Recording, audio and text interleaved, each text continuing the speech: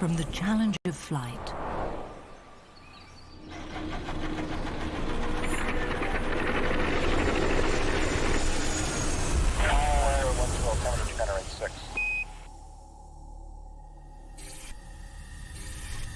To the biggest challenge facing humanity today.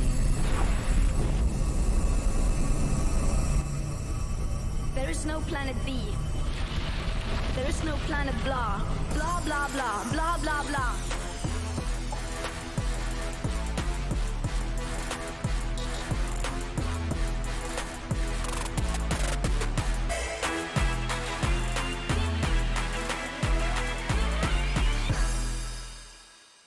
Welcome to EUROCONTROL, to our sustainability conference.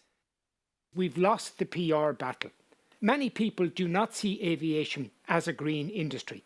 We've been flying for over 100 years since the Wright brothers, and we've seen some incredible advances in technology over this time. We've gone from the Wright brother aircraft to the A350-1000. It's been an incredible advance in technology. Our engines are better, our airframes are better, our whole industry and our suppliers are much better. So we've done a lot of actually very, very good work. But the reality is we now stand at a crossroads. We now face our biggest ever challenge. We have to decarbonise aviation by 2050. But environmental activism is taking over. There's a lot of people who see aviation as a polluter. And it's important to realise that we have to take this on board. We have young people telling us their views. This is not about some expensive, politically correct green act of bunny hugging or blah, blah, blah. Over 50% of all our CO2 emissions have occurred since 1990, and a third since 2005. If this is what they consider to be climate action, then we don't want it. We all know this message, and I don't want to be lecturing to everybody in the room, but we have to look at something different than we've been talking about before. Our perception is not very, very good. And it's something that all of us have to work together on, because no matter what we think in this room, we're all aviation professionals here. The public don't share this view and they think something different. The reality is aviation accounts for 2% of global emissions. That's the fact, 3.7% in the European Union. But the perception is that it accounts for 22% of global emissions. Everybody thinks we're a far greater polluter than we actually are. So we really have lost the PR battle. Now, we have to ask ourselves why. We have a plan. Yes, we have a plan. But we see two big issues with this plan. First, we're not very good at selling the plan.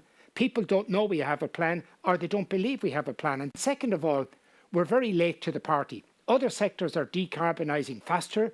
And as aviation grows in the years ahead, we will see our share of emissions increase before they start decreasing. And this is a very difficult message to sell the general public. You know, traffic is going to grow. People will not stop flying. People will continue to go on holidays to the sun, to their families, face-to-face business meeting. We need to make it sustainable. And what I'm asking you to look at today is how we're selling what we're actually doing. We do have a plan. And the plan has four main elements I think we can all agree on. And our challenge is to sell this to the public, because it will take aviation a little bit longer than other industries to decarbonise because of propulsion systems. But if we can convince people we're on the way, we're a small proportion of the problem, then I think we can get support. So first of all, SAF. Today you will have experts in the room talking about SAF. And we have the new aircraft technology, electric, hydrogen, blended wing. Then we have the carbon offsetting and carbon capture schemes. And of course, we have operational efficiencies, and we need to put the European single sky in place, because we can deliver huge environmental savings, 5 to 10% there quite easily. We've had COP26 in Glasgow, and you've all seen all the political outcome of this. The Fly Net Zero of IATA, great. The EU's Fit for 55 package is really, really good. Destination 2050. So we've got a message, but we've got to sell the message as a package. So what I want you to do today is spend a bit of time with the speakers. Look at how we can fix this perception, because you'll notice my address here is not about the problem, it's about the perception. It's time to deliver our plan. And as Greta has indicated to you there in the video, it's time for no more blah, blah, blah. Let's get at it. So enjoy today, and I hope you really enjoy the conference. Thank you. Welcome to the EUROCONTROL Sustainability Summit.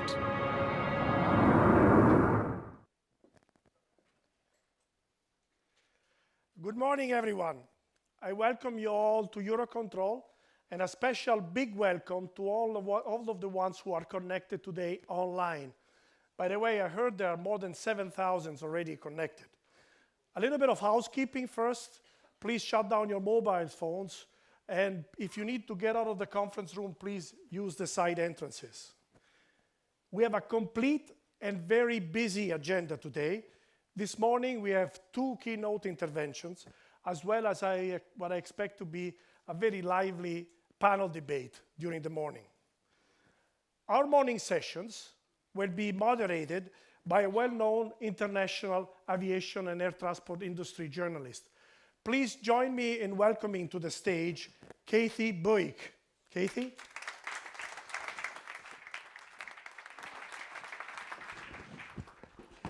Oh, no, I have to be careful that I don't take one. Sorry, technical issue here, you know. I'm stuck. Oh, okay, so thank you very much, Jacobo. So good morning, everybody. Our first keynote speech will be by Michael O'Leary, CEO of Ryanair Group. I was asked to introduce Michael. I'm just not so sure if there's a need to that. I think he's known to everybody with even a slight interest in aviation, or anybody who ever tried to book or considered booking a flight in Europe. Michael, please, can you join us to the stage? Thank you. Here. Does it matter? What's that? Oh, yeah. That's your clicker for your presentation. Okay, good morning, ladies and gentlemen. You're very welcome. Eamonn, thank you for that very expensive introduction. So there. Amazed at all the production values around here. I give you a quick, I'm supposed to do a quick 5 or 10 minute gig here on sustainability. Eamonn is right. One of the things this industry doesn't do is we don't push back well enough on how environmental we are, how little our emissions are as a percentage of the overall problem, and what we're doing about fixing that. Some things as an industry we're doing very well. Some things we're doing lamentably badly, and I disagree wholeheartedly with Eamonn that Fit for 55 is a good starting point. Fit for 55 isn't. It's manifestly unfair on European citizens, mainly because it exempts all the long-haul traffic and penalises all the short-haul traffic, but we'll get into that anyway. Anyway, I thought I'd give you a quick run-through. What's Ryanair doing? And Eamonn is right. What are we doing in our small section of the woods to decarbonise? So let me run through. This won't take long, but we regard ourselves as one of Europe's greenest, cleanest airlines. We produce our emissions on a monthly basis. We're one of the few airlines that does it. We have the highest load factors, which means that we have, because we're operating well pre-COVID with 94, 95% load factors, our emissions per passenger kilometre are among the lowest of any airline in Europe. But we're not content to sit on that. We want to continue to invest and to improve the way we operate, because our passengers want us to be more environmentally sustainable and certainly to be to reduce our emissions. So we're investing very heavily in new technology. We're spending about $20 billion over the next 5 years, taking delivery of 210 new Boeing 737 MAX game-changer aircraft. What's key about these aircraft is they offer us 4% more seats, but they burn 16% less fuel. And they also reduce our noise emissions by 40%. So these are a key investment. What can we do, not by 2050, but what can we do by 2030? And the reality is all we can do is invest heavily in the new technology or whatever technology is available to us now and use that as a way of, sorry, I know that I'm coming across too loud, use that as a way of reducing the environmental footprint of every passenger who flies with us. Every passenger who switches to flying Ryanair from one of Europe's legacy airlines, the old tax-exempt polluting BA, Lufthansa, Air France, is reducing their environmental footprint by about 50% on intra-EU air travel. So the best thing you could do as a consumer is fly Ryanair. Stop flying BA, stop flying Lufthansa, stop flying Air France. Not only will you save a fortune, but you'll significantly reduce your environmental footprint. And that's a message you won't hear from the IATA representatives here in the front row. I mean, I know our position here is sit behind IATA and listen to be lectured by the tax-exempt long-haul airlines, but nevertheless, the most important thing European consumers can do for the next 5 years is switch and fly Ryanair. You'll be switching to flying new aircraft where we're carrying 4% more passengers but burning 16% less fuel. We've already committed ourselves to being plastic-free on board by 2025. In fact, we're 80% of the way there. We've committed ourselves to 12.5% SAF usage by 2030. Now, that's a very ambitious target. I'm not sure we're going to get there, but I think we need to set out ambitious targets first and then see how we go about reaching that. The challenge will be the lack of availability of SAFs. I think there's also a big challenge among European governments who are very happy to tax aviation. In the last year before COVID, we paid 630 million euros, about €4.50 per passenger in environmental taxes, APD, ETS, etc.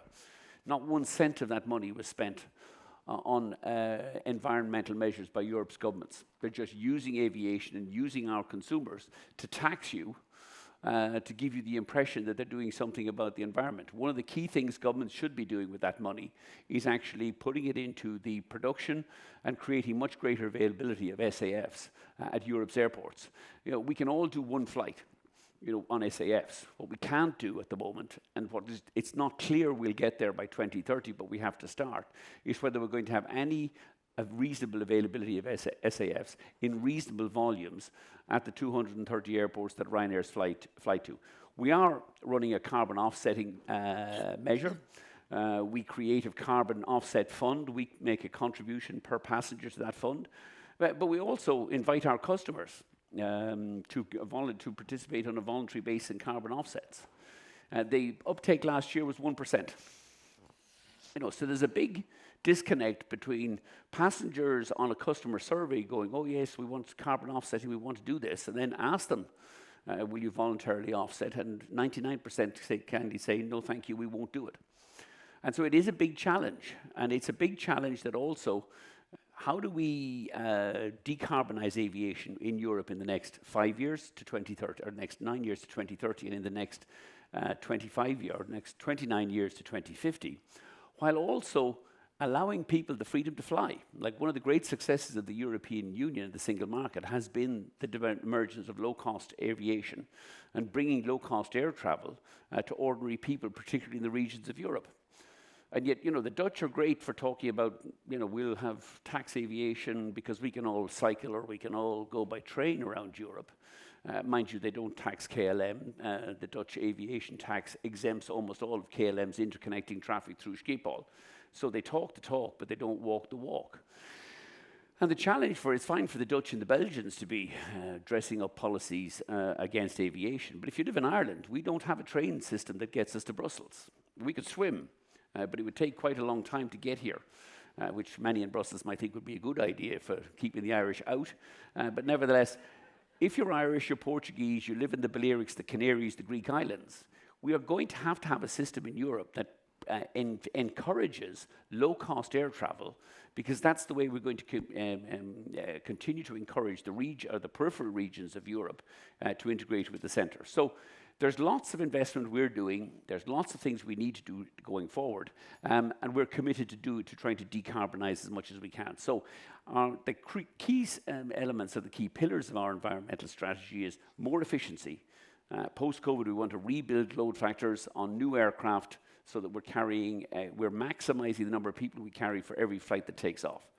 We want to continue to reduce our fuel usage. You know, we do all these simple operational things, single engine, taxi, etc., etc. But the best news we have is that the new LEAP engines on the MAX Game Changer aircraft will significantly reduce our fuel consumption. Thus far, in the first 5 months of operation, they're reducing our fuel consumption by about 20%. But that's partly because our load factors are lower than they were pre-COVID. We're operating at about 82% load factors. We need to continue to invest in new technology. But that's what we can do. We're also sitting here in Eurocontrol, and one of the things we need is better regulation. You know, if we're really serious, and Europe is really serious about reducing the environmental footprint of aviation, do something about the failed single European sky, reforming ATC.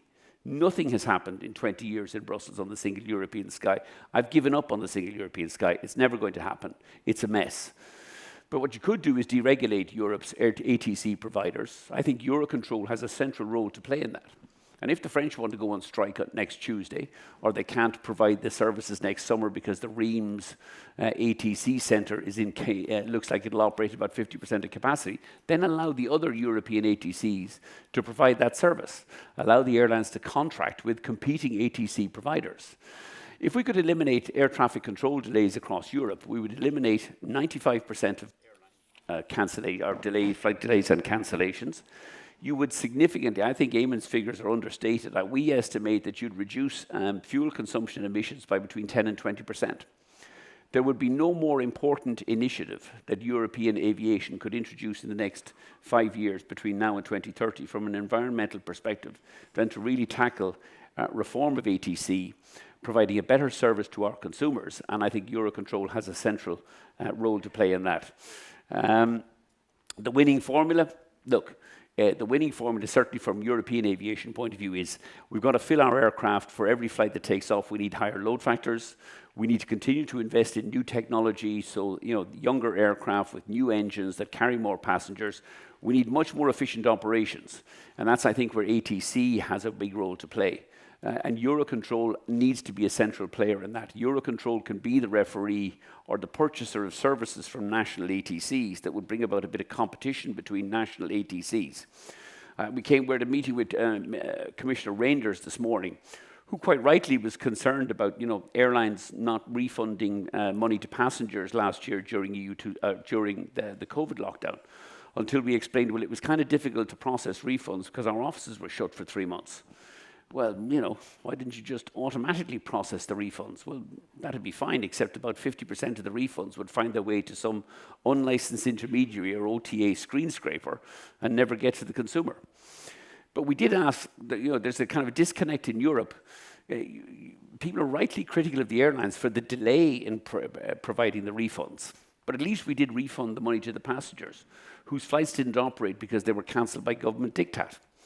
And yet we're now facing a situation for the next 2 years where we, the airlines, now have to pick up the cost for the ATC monopoly providers for the last 2 years, who delivered no service, who provided no services, and yet their national monopolies allows them now to pass on those costs. And we think the figure is something, I might be wrong, could be 6, it could be 8 billion to the airlines to pick up the services that they didn't provide for the last 18 months. So not only do we have to pay for next year's mismanagement of ATC, but we'll have to pick up the bill for the last 18 months as well, when they didn't provide any services, and yet we are going to ask our passengers to pay for those costs. Europe needs to get its shit together when it comes to regulating ATC. We haven't gotten it done yet, and something much more needs to be done. We've set ourselves a very ambitious objective of reducing our current pre-COVID per passenger emissions with 66 grams per passenger kilometre, and we expect to get that down below 60 between now and 2030. One of the big issues in this going forward is low-fare airlines, and particularly the low-cost carriers around Europe, are very environmentally efficient. This is a Eurocontrol slide. We are by far and away the largest carrier of passengers across Europe, yet we're the number 5 generator of CO2 emissions. In fact, we generate less CO2 emissions than the number 6 passenger carrier, despite the fact that we are the number 6, that we carry 4 times their passengers. It would be remiss of me to identify who numbers 1, 2, and 3, and 4 are, but you can guess if you think about legacy carriers and connecting airlines across inefficient hubs across Europe with business class passengers and transatlantics, you can work out who they are themselves. The worst emissions offenders are business class, empty seats, business class. I don't know how business class got in there. That actually should just be connecting flights and long haul.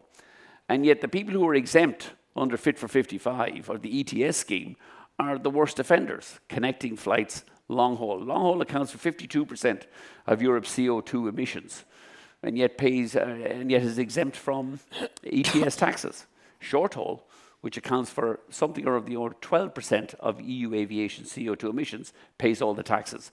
SAFs are an effective and realistic tool, but we're going to have to do, and this is a European governmental challenge, governments are going to have to do much more to deliver sustainable aviation fuels in real volumes at airports between now and 2030. And that's just, again, Fit for 55. The most polluting airlines are the most exempt airlines. So the ones carrying 6% of the passengers, which are generally the long-haul airlines, account for 52% of the emissions. And the most efficient ones, which are Europe's short-haul low-cost carriers, account for 4% of the emissions on flights under 500 kilometres. Fit for 55, we just pay more. We pay a disproportionate amount. The low-cost carriers, easyJet, Ryanair, Wizz, pay a disproportionate amount of our carbon because the long-haul airlines are all exempt. And we cannot seriously, as an economic unit, say we're serious about tackling aviation emissions unless you're going to pull in the long-haul carriers. And you'll hear lots of claims from Lufthansa and Air France and the others say, oh, but it's all about, we need to have a level playing field with the Gulf carriers. We need to have a level playing field with the Chinese carriers. Just tax the internal short-haul carriers of Europe. We are penalising Europe's citizens. We are damaging the integration of the peripheral with the centre of Europe because we want to keep exempting the worst offenders, which are the long-haul carriers. And ultimately what it means is that European connectivity is under threat. Post-Brexit, Europe needs to be seen to be delivering for its citizens. Dutch proposals to tax everybody else in Europe except KLM are not the way to restore or improve connectivity around Europe. We need to keep low-cost air access from the peripheral and the regions of Europe to the centre of Europe, and that needs a much fairer distribution of environmental and ETS taxes. I think that's the end of and thus ended the presentation, and we're off for Q&A. Kathy. Yes, exactly. We have time for Q&A from the room. Whoever would like to ask a question, we have 4 colleagues in the room with roving microphones. I would like to ask you to please state your name and organization you're associated with, and please try to keep the questions related to the theme of the summit today, that is environment and sustainability and aviation. Okay, a question somewhere? Sorry. No? No, great. Oh, yes. Okay, there, please. Just shout. No, the microphone is coming otherwise, or shout, yes, that works. Hands up the second question so we can keep the next microphone going to the next person. Get this thing to move along. Yes. Efficiency. Hello, Sarah Wilkin from Fly Green Alliance. You mentioned that you only had 1% uptake on the offsets. Is that, are you also going to think about a SAF offset? Have you started looking at consumer behaviours and behavioural change? Is that something kind of on the agenda for right now? I mean, I have no faith in, that consumers are willing to offset their environmental footprint. I mean, we are going to have some sort of environmental taxation. I think that's the only way. If you ask consumers, what do they want? They want low fares. When do they want it? They want it now. They're kind of willing to have some sort of environmental tax really as long as somebody else is paying that environmental tax, rich people preferably, but as long as they're not paying it. So ultimately, we need some form of carbon taxation system. ETS has been a disaster. It's manifestly regressive. All we're taxing is European citizens on their intra-EU air travel, while we exempt the Chinese, the Americans, the Russians, and the Asians, because it's difficult, and poor old Carsten wouldn't be able to compete on a fair basis with the Gulf carriers, and Ben would need another 20 billion in state aid because that would be very unfair. While the French bounce back his airport taxes just to him and to nobody else who flies to a French airport. So it is difficult. We need a fair taxation system, whether that's a carbon taxation system or it's a fuel uplift tax around Europe, and we've got to get rid of all of the failed environmental taxation that we already have, ETS, APD, all of which is being trousered by European chancellors and not being spent on the environment. And do you believe in a levy? I would believe in a fair levy as long as it displaces the unfair and regressive taxes that are already there at the moment. Yeah, I spoke to APD department and they said it originally was for environmental purposes, but for now it's just a tax. Yeah. Well, at least they're honest about it. Yeah, they were. I mean, the Europeans still tell me that, it's being all routed back to the national governments.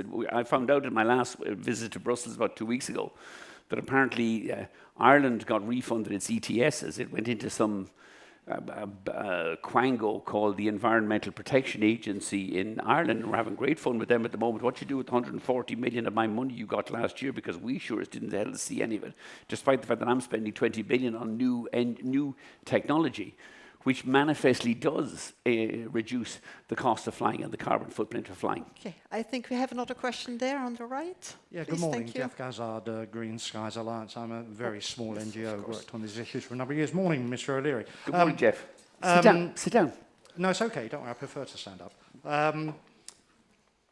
I think we've got a new duty-free offer on your planes. It's called MOL. It's a perfume that's 50% kerosene and 50% sustainable aviation fuel. And I admire your commitment to that. So looking at the price of sustainable aviation fuel, which is whether it's biomass or electrofuels, it's going to put between 12 and 42% over the next 40 years on the price of a ticket. And I share your concern about international emissions, and there should be that lovely cliche, a level playing field. So looking at the inevitable price rises, which you've referred to exactly, not alluded to, not blah, blah, blah about, you've said prices and taxes will be there to pay for it. And accepting, as you seem to, there's a polluter pays and a passenger principle here, what will you be prepared to pay, providing all airlines have to do it, on that ratchet between 12% and 42%, which is likely to be the price spread for sustainable aviation fuels now and in the future? Thanks very much. The answer to that question is I don't know. The problem with some of the environmental NGOs is they speak with great certainty about what the world will look like in 40 years' time. I don't know what the world will look like in 4 weeks' time. But I have no doubt that we are going to have to, and as an industry and also our customers are going to have some sort of fair contribution towards our carbon footprint. But recognizing that our carbon footprint accounts for about 2% of Europe's CO2 emissions, not 22% and not 40% as the world. I find always interesting is, in marine shipping accounts for 5%. But Sky News will never show you a picture of a ferry kind of chugging out of the harbour. There you go, there's the globe warming up because, it doesn't look good. The contrails of an aircraft are always an easy... The challenge we have, and starting from here, is we have a massively inequitable taxation system. My passengers in the last year pre-COVID, on an average fare of 40 euros, paid 4.50 euros in aviation taxes, more than 10%. That's a much higher taxation or environmental taxation than any other airline across Europe paid. Lufthansa's passengers, or the long-haul connecting carriers, are exempt.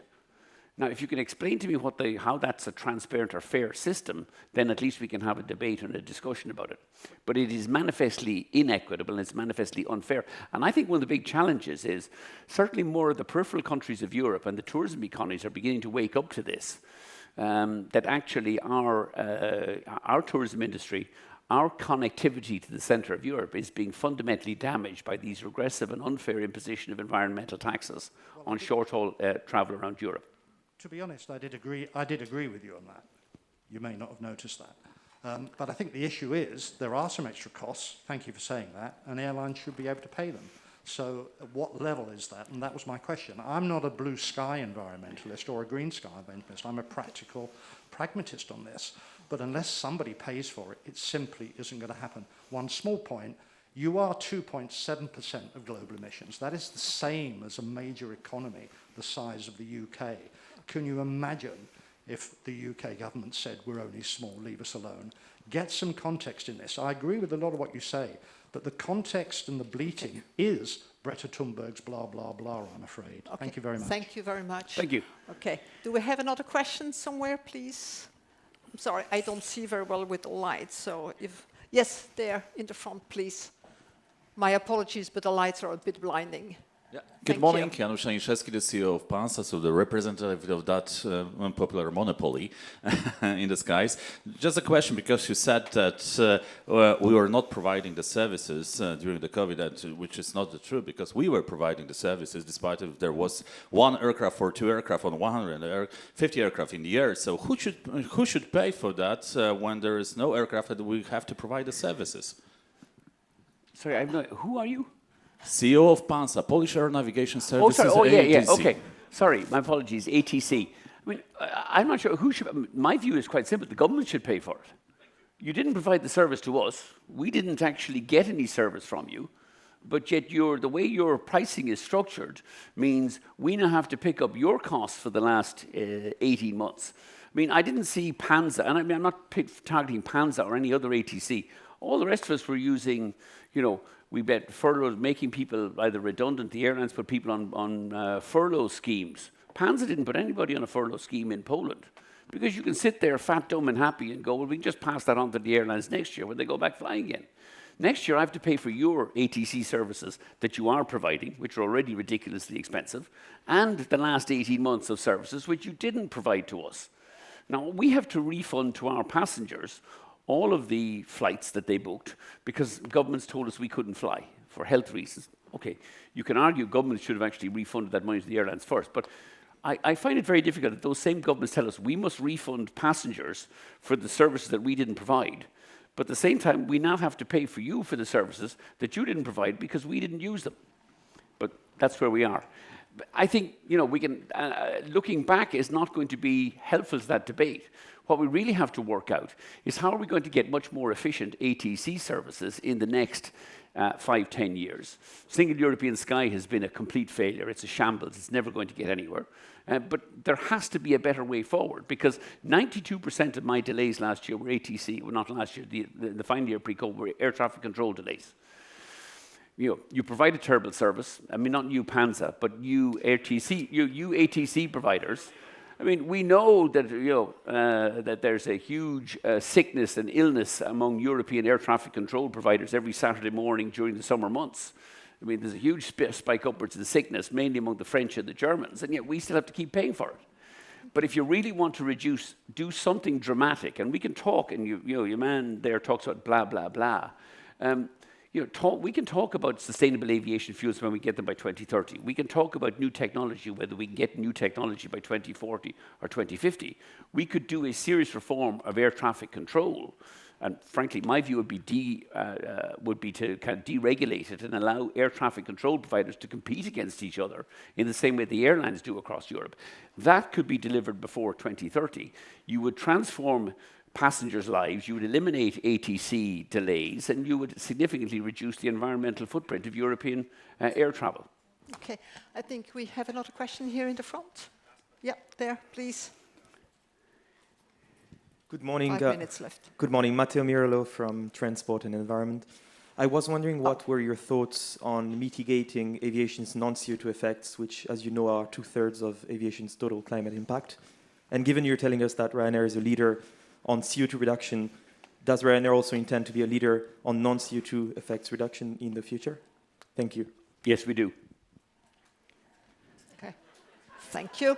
Okay, I think we have time for one last question. I mean, look, we intend to lead on carbon reduction, CO2 emissions, non-CO2 emissions, you name it, we're going to reduce it, as well as the price of air travel across Europe for the next 5 or 10 years, because I've got to grow to 225 million passengers a year between now and 2050. And the only way we're going to do that is by lowering the cost of air travel, but also making it a much more sustainable experience. And I keep coming back to my central point.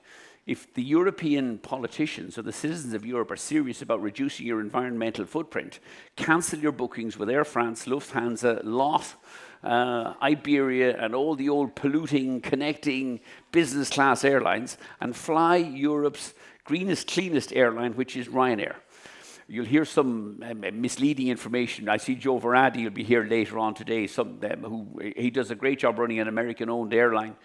He'll tell you that he's going to have lower emissions than Ryanair in about 2060 or 2020. Don't believe him, but we'll continue to run ahead of him. But nevertheless, I can slag off Joe or Johan Lundgren and easyJet. The critical message here is if Europe's citizens are really serious about reducing your environmental footprint, switch from the high-cost, polluting, inefficient legacy airlines to the low-cost airlines. If Ryanair is available on the route, fly Ryanair because it'll be cheaper and on time than anybody else. But if it's not, take one of the pale comparators, easyJet, Wizz Air, and Volotea, and others. Okay, I think we have time for one more question.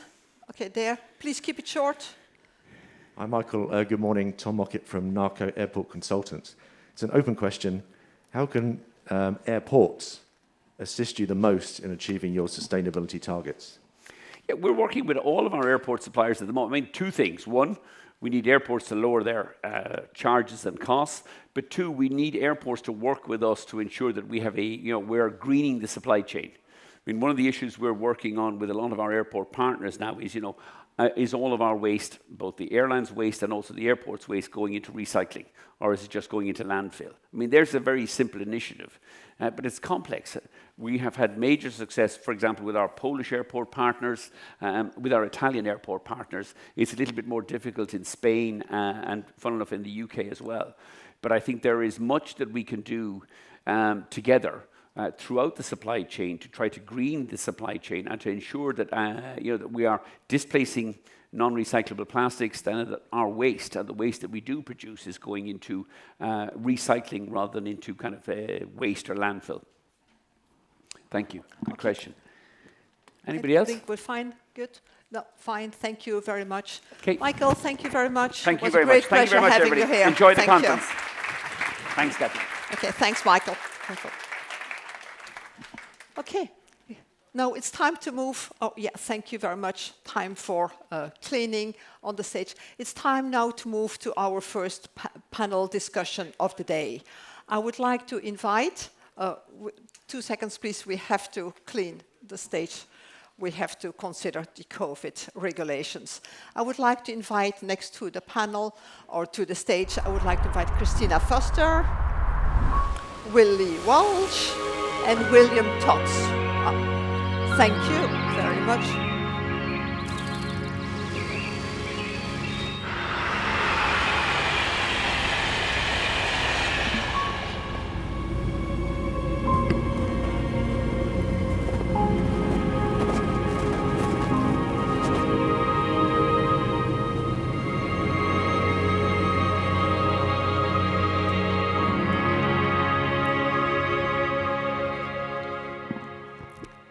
Christina, Willie, William, very good to have you here. Thank you. I'll quickly, I don't think, again, it's necessary, but I will quickly introduce you to everybody in the room and, of course, the 7,000 viewers online. Christina, I think you're a very familiar face to everybody who worked in Belgium. You were CEO of Brussels Airlines. You were called back to Frankfurt to become Chief Customer Officer for Lufthansa. Also a member of the executive board of Lufthansa Group. Welcome. Thank Willie, same for you, he's Director General of the airline trade group IATA. You were CEO, you were first a pilot, then CEO of Aer Lingus, British Airways, International Airlines Group, and I think we can fairly say you were one of the first airline bosses to point out to the needs of the industry to recognize its impact on climate and to do something about it. You were hard about that. William Todts, he's Executive Director of Transport and Environment, the Green NGO, very known for its research and campaigns on the impact of transport, all forms of transport, on climate, health, and the environment. So, topic of the day is how this panel will discuss the opportunities and challenges of being based in a region that wants to be a global leader on sustainability. We all know the goals for Europe, climate neutrality by 2050, and then of course Fit for 55, 55% reductions by 2030. That's only 9 years left. So I would like to start this panel with one question to all of you, the same question to all of you.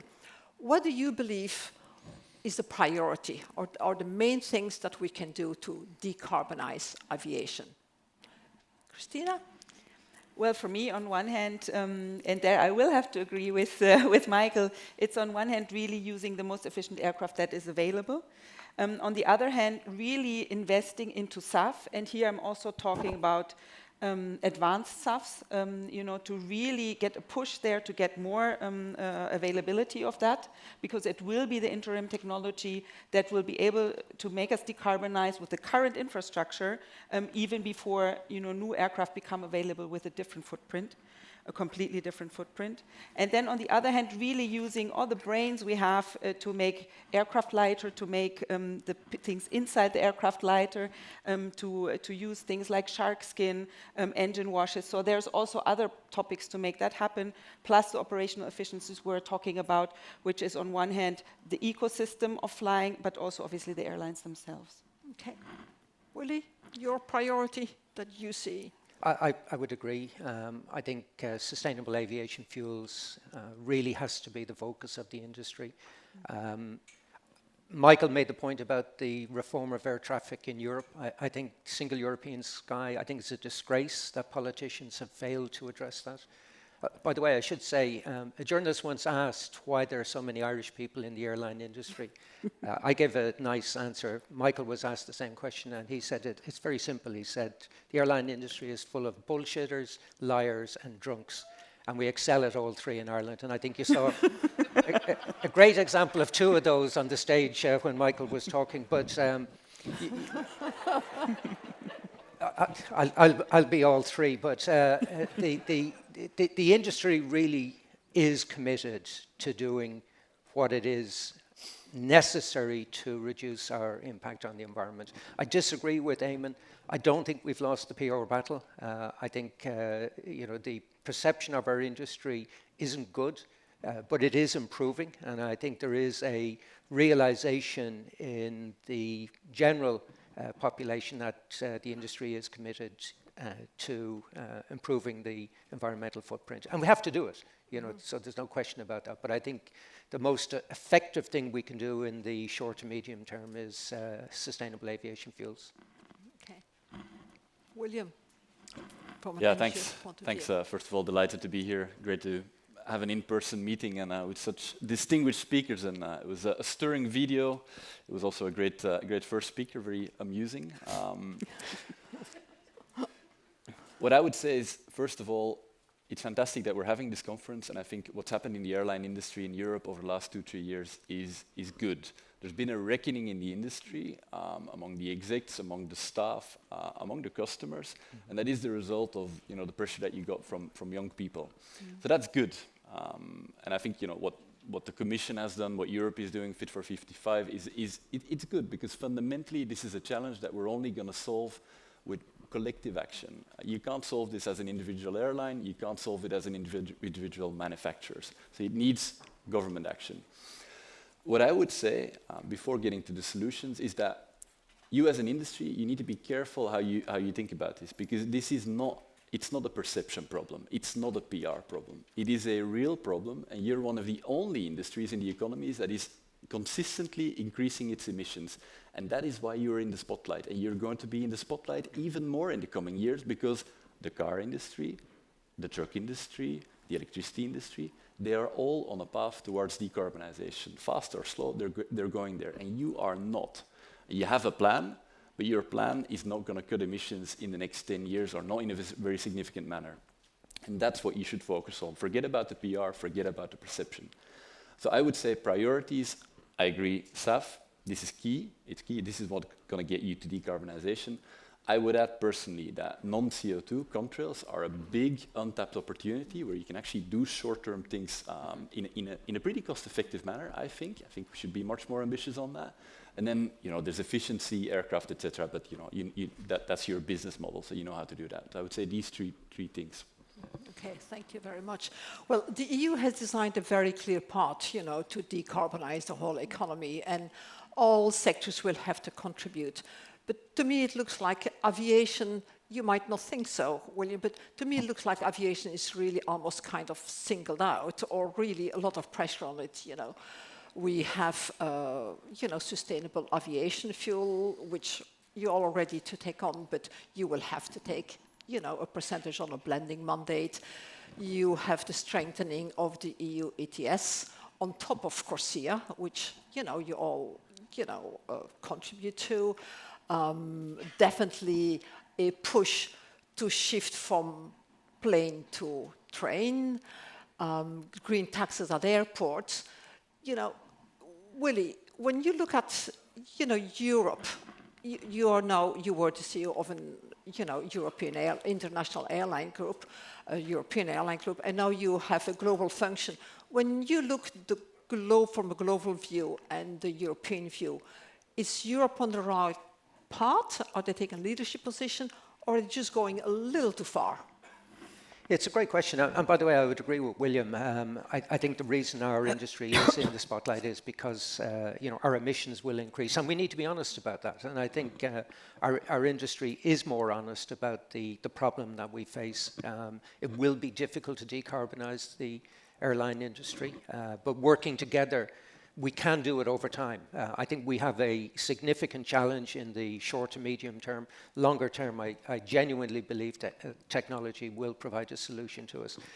Going to your question, you know, I think the world has woken up to this problem. I think Europe certainly led the way. I can remember debating this issue back in 2006 with a group of airline CEOs. There were few of them who actually appreciated the problem, mainly European airline CEOs. If you sort of looked across the world, there were a lot of parts of the world that, you know, weren't alive to the challenge that we were facing. I think that has changed. You know, I think the US is actually probably taking a much more pragmatic and leadership role. I think they're much more effective in the measures that they're taking. The industry there is certainly well aware of the challenge and seeking opportunities. You know, you look at what United is doing, investing in carbon capture technology. I think the US actually, you know, we can learn a lot of lessons by looking at them. I think the risk in Europe, and you know, I don't agree with everything Michael says, but I think that the challenge in Europe is that politicians believe that if they're to attack the airline industry, that will be popular. I think they're wrong. I think the airline industry makes a huge contribution to the economy of Europe, and I think we're seeing the effects of, you know, what happens when aviation is not able to contribute, and we've seen that significantly over the past 18 months. But I think Europe may regret some of the measures that they're taking because I don't think they're pragmatic. So if you look at what's happening around the world, there's a lot of action being taken, but I think real leadership in terms of making a difference, I would actually look to the US. Look at what the US government is doing in relation to sustainable aviation fuels. You know, they are leading the way now in terms of incentivizing production of sustainable fuels, and I think we could learn lessons from what others are doing. Okay, interesting. Now, Christina, from an airline operational point of view, financial point of view, with all the, you know, those targets and the measures coming up, certainly the measures coming up, are you concerned about Lufthansa's competitive position compared to other airlines in the world, certainly neighboring countries or non-EU countries, I mean, for the help on the long haul? I mean, for me, first of all, it's really important to state that we fully support that there will be ambitious targets in Europe. Because I think, like you mentioned, Willie, that we need a regulatory framework to push, especially the production of you know, new technology, SAFs. So I think that is an investment that will need investment security, and that we will get with a mandate. So we're fully for that. And I also have to say that I do think that customers will be more and more ready to contribute. And we see this already from the corporate customers, that they give themselves CO2 targets and they're willing to move forward. So, so we actually are the largest purchaser of SAF in Europe this year. And we're doing that thanks to partnerships with especially freight forwarders, but also corporate customers. On the topic of, let's say, level playing field, you know, I do not agree that we cannot have a mandate that extends beyond the EU, because we are looking, for example, at the opportunity to have a final destination-based levy for SAF. And I think we already have that from Germany with the finance, with the final destination-based levy for other things. So I think it is possible, and we think that that could be a way to not get any competitive distortion. But obviously, we only have one planet, as Greta rightfully says. So if we have carbon leakage because we're pushing the traffic towards other, geographies outside the EU, where you have less environmental standards and also less social standards, I think that's not really helping the problem we're trying to fix. Yeah. Okay. William, I see you laugh. Do you think Fit for 55 is fit for purpose, or do you understand somewhere the issues, that Christina sees and carriers like Lufthansa, that there could be indeed, a distortion of the competitive level playing field, and maybe that it even goes further that, carriers that don't have the same kind of targets or the same kind of pressures, at the end it would be worse for the climate. Do you? Yeah, that's a good question. I'll get to that in a second. Let me first react to something that you said, Willie. You said our emissions are going to increase in the future, and I gotta say, you can say this with me in the room, and that's fine. But go and tell that to all the kids that are protesting. This is not acceptable. Your emissions have to start going down. You can't move as fast as the rest of the economy. That's understandable. But your emissions have to start going down in the next couple of years. And the reason we're having all these discussions about demand management, etc., is because you fundamentally have a choice. Either you shrink your carbon footprint or you shrink aviation.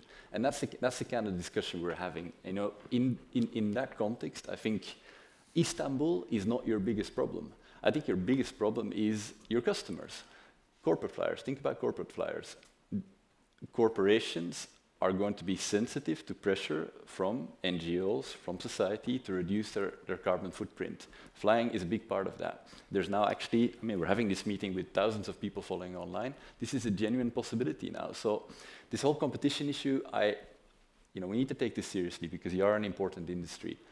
But let's be real about this. We're talking about a few % added cost on fuel. We're talking about something that could impact perhaps your eastward travel, most likely not your transatlantic travel. A few % extra on your fuel, that's not going to lead to massive carbon leakage. So if you're really concerned about what's going to happen after 2030, where the fuel blending levels go up to 15% and above, let's monitor this and let's think about solutions. You are not the only industry in Europe that competes with other players in the world, and we have found solutions for others as well. But before 2030, I think you're overstating this problem. Christina, would you agree with that? Are we talking €5 per ticket, or are we talking €100 per ticket? We are talking because, for me, the core topic is really, and here I am talking eastward, but that is a big market, and I know that Michael was talking about connectivity within the EU, but I think connectivity with the world is obviously something where there's even less of an option, like swimming or a ship. So I think it's really important to have this competitiveness for also European businesses, and there we are talking really, let's say, 2 to 3 figures per ticket. Okay. So €100, €200, even more depending on, what the SAF mandate is and how the blending is of, let's say, more first generation SAF and future SAF.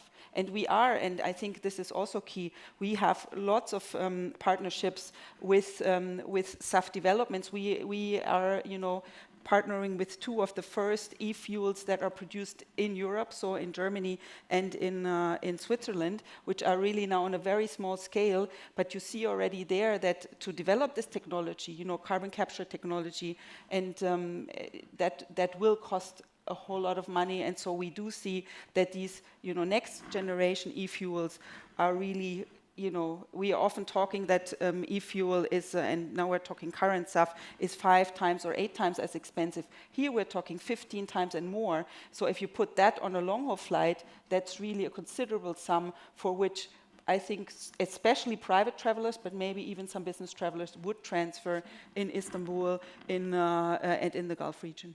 Yeah. Willie, in Boston at your recent AGM of IATA, you set a new target, for the industry. Could you, give some explanation what the targets are and how you will get there. And, a second question would be, the targets are very high. Are they mainly driven by your European customers, airlines, members, or is it just now a global, commitment? It's definitely global. I think the agenda was being driven by European airlines 10, 15 years ago. That's changed. It's clear that airlines right across the world are conscious of the challenge. Some much more so than others, but at the AGM in Boston, we set a new target of net zero by 2050. We agreed in 2009 a target of 50% net by 2050, which aligned with the then approach to the global reduction. But we've recognized that we're out of line with science because it has moved on since 2009, so we wanted to realign our targets with those of most governments and most scientists, to align with the Paris Agreement to try and keep global warming down below 1.5 degrees. So I was really pleased. It's a difficult challenge. We've costed achieving net zero by 2050 in the trillions of dollars. Trillions, not billions, trillions of dollars. It is going to be a big challenge. It will increase the cost of flying. There's absolutely no doubt about that. Prices will have to go up because whatever way you look at this, the industry is going to face a cost challenge, and ultimately, that will be passed on to consumers. So will it have an impact on the number of people flying? It has to, because there are lots of people who are price sensitive, and they will be discouraged from flying as a result of that. So when we've looked at the challenge, we've recognized that is one we must face. It's existential. And I would agree and disagree. I don't think it's just about young people. And certainly the research that we've done has told us that it's every age group. And in fact, young people are not necessarily the ones who are most challenging around this. Everybody is.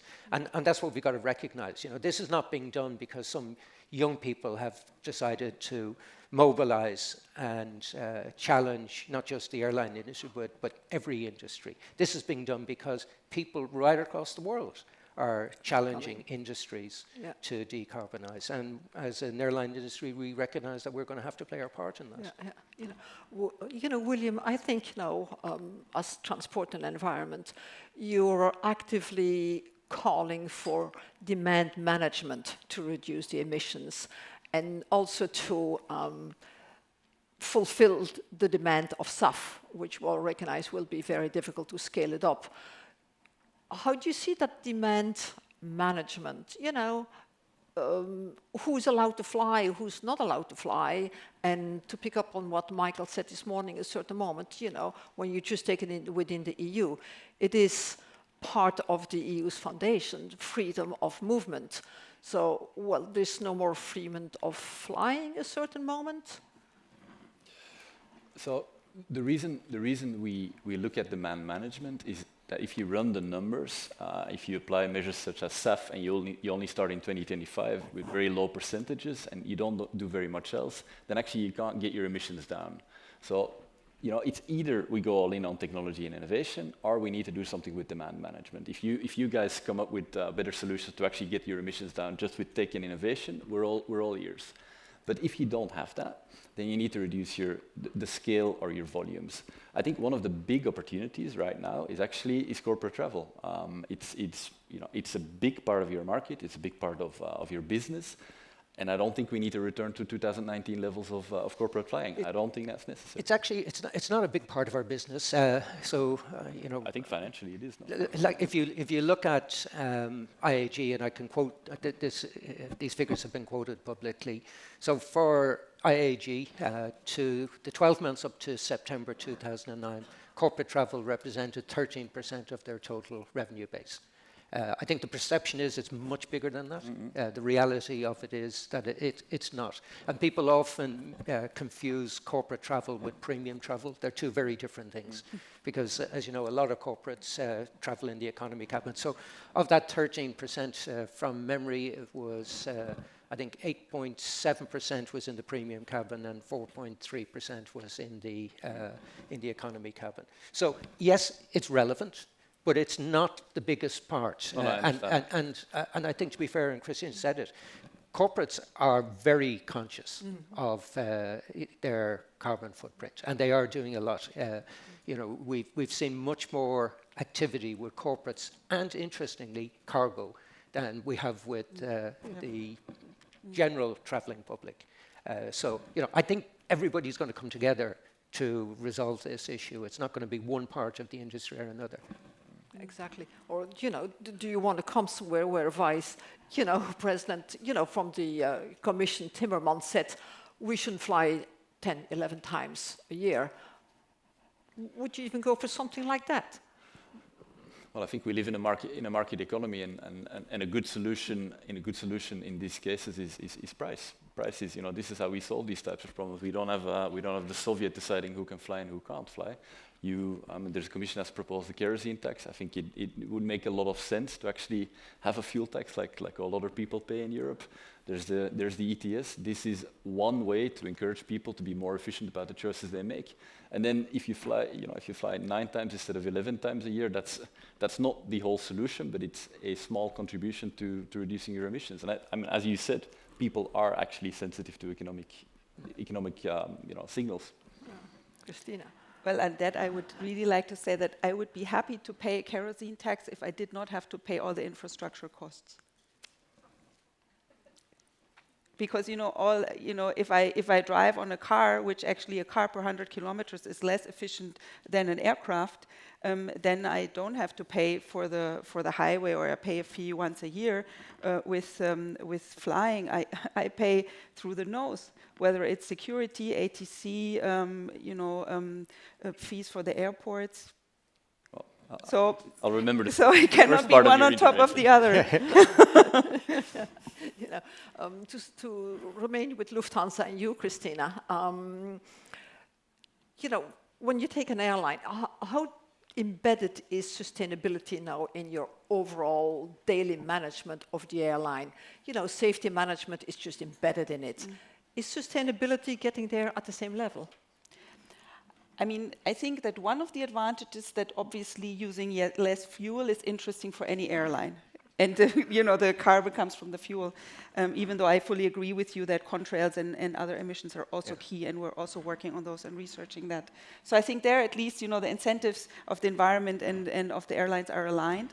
We are embedding it more and more. For me, it's really key because, you know, same as Michael said, at this point in time of the private consumer, we really only see less than 1% really also offsetting. And so we are really seeing how we can make that more interesting, you know, of really getting more clarity to the customer, because I think that there is a potential there to get the customer to agree more and to really get into, you know, how he or she could offset.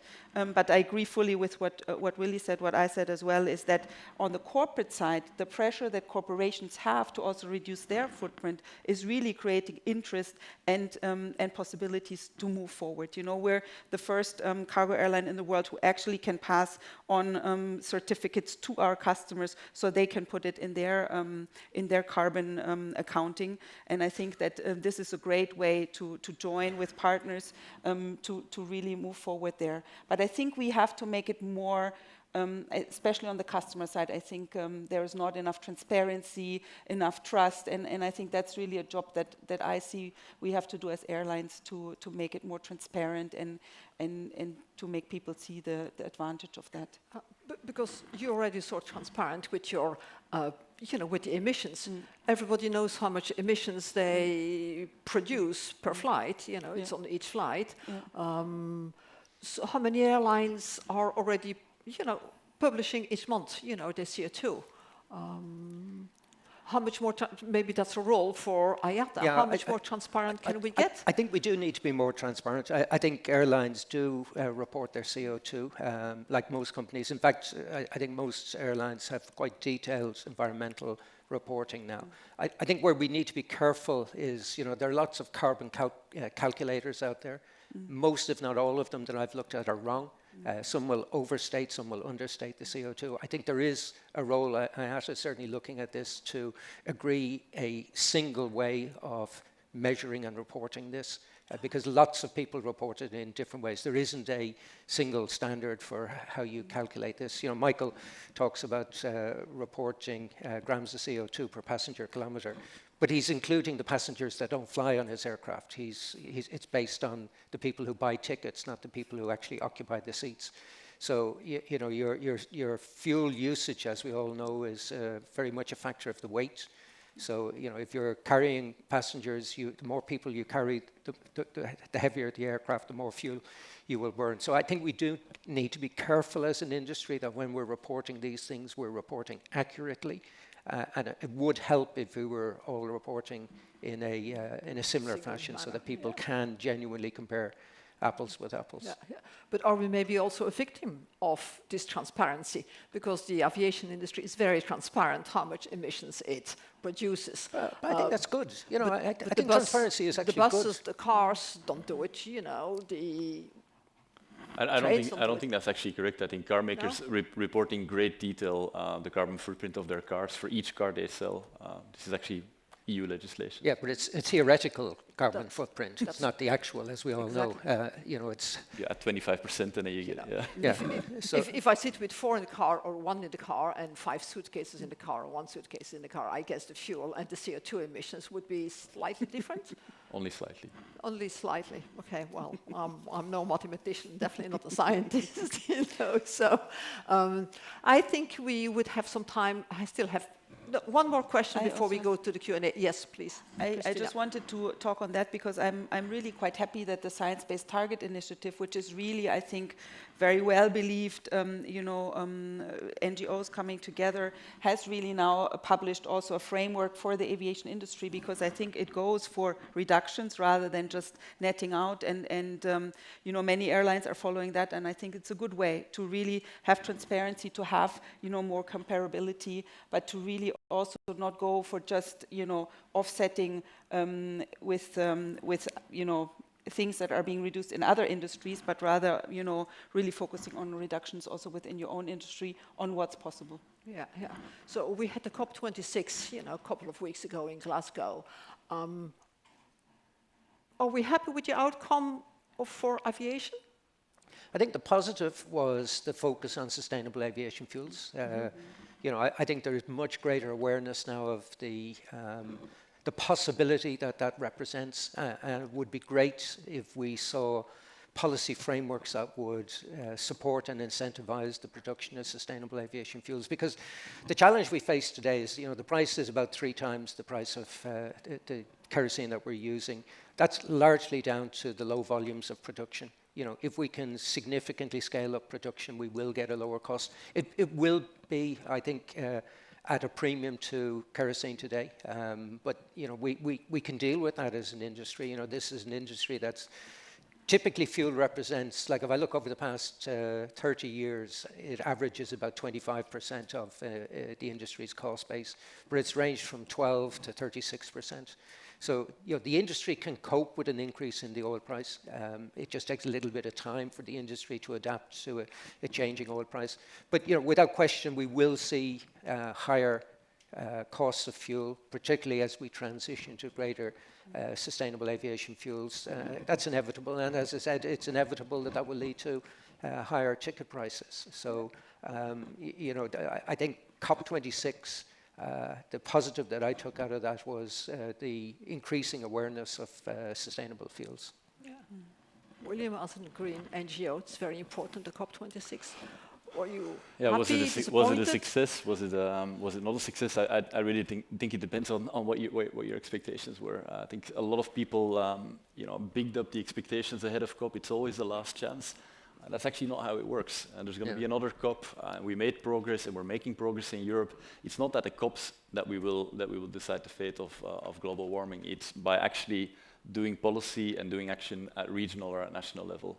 So I do agree that it was positive in the sense that there's a strong focus on aviation fuel, on SAF, so strong that actually the chair of COP said that his own target was a pathetic target, which was very interesting. I don't know if you picked up on that. Yeah, Boris, well, 10% target.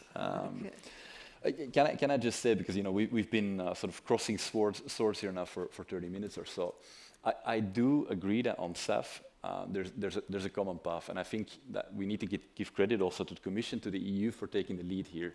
There's no chicken or egg problem on SAF. It has always been a case of you need to create a demand, and you do that through regulation. You talked about the US being a leader. Well, if California is a leader on sustainable aviation fuels, it's because they have some of the most advanced regulations and support systems in the world, and I think we are now starting to develop this in Europe, and I think that's extremely positive. I'll say one more thing, though. Please all be careful. Sustainable aviation fuels come in many shapes and forms, and as an industry, you need to check now whether what you can live with in 2030, because they need to be advanced, and you don't want to be flying on animal fat or to a very large degree or used cooking oil. So actually, your real focus needs to be on something that is both sustainable and scalable. And that means you need to focus on synthetic fuels. So I would also like, we worked with Lufthansa on this. I think that's very positive. I would invite all the other airlines to also support this, including IATA. We need a sub-mandate for e-kerosene. This is the future.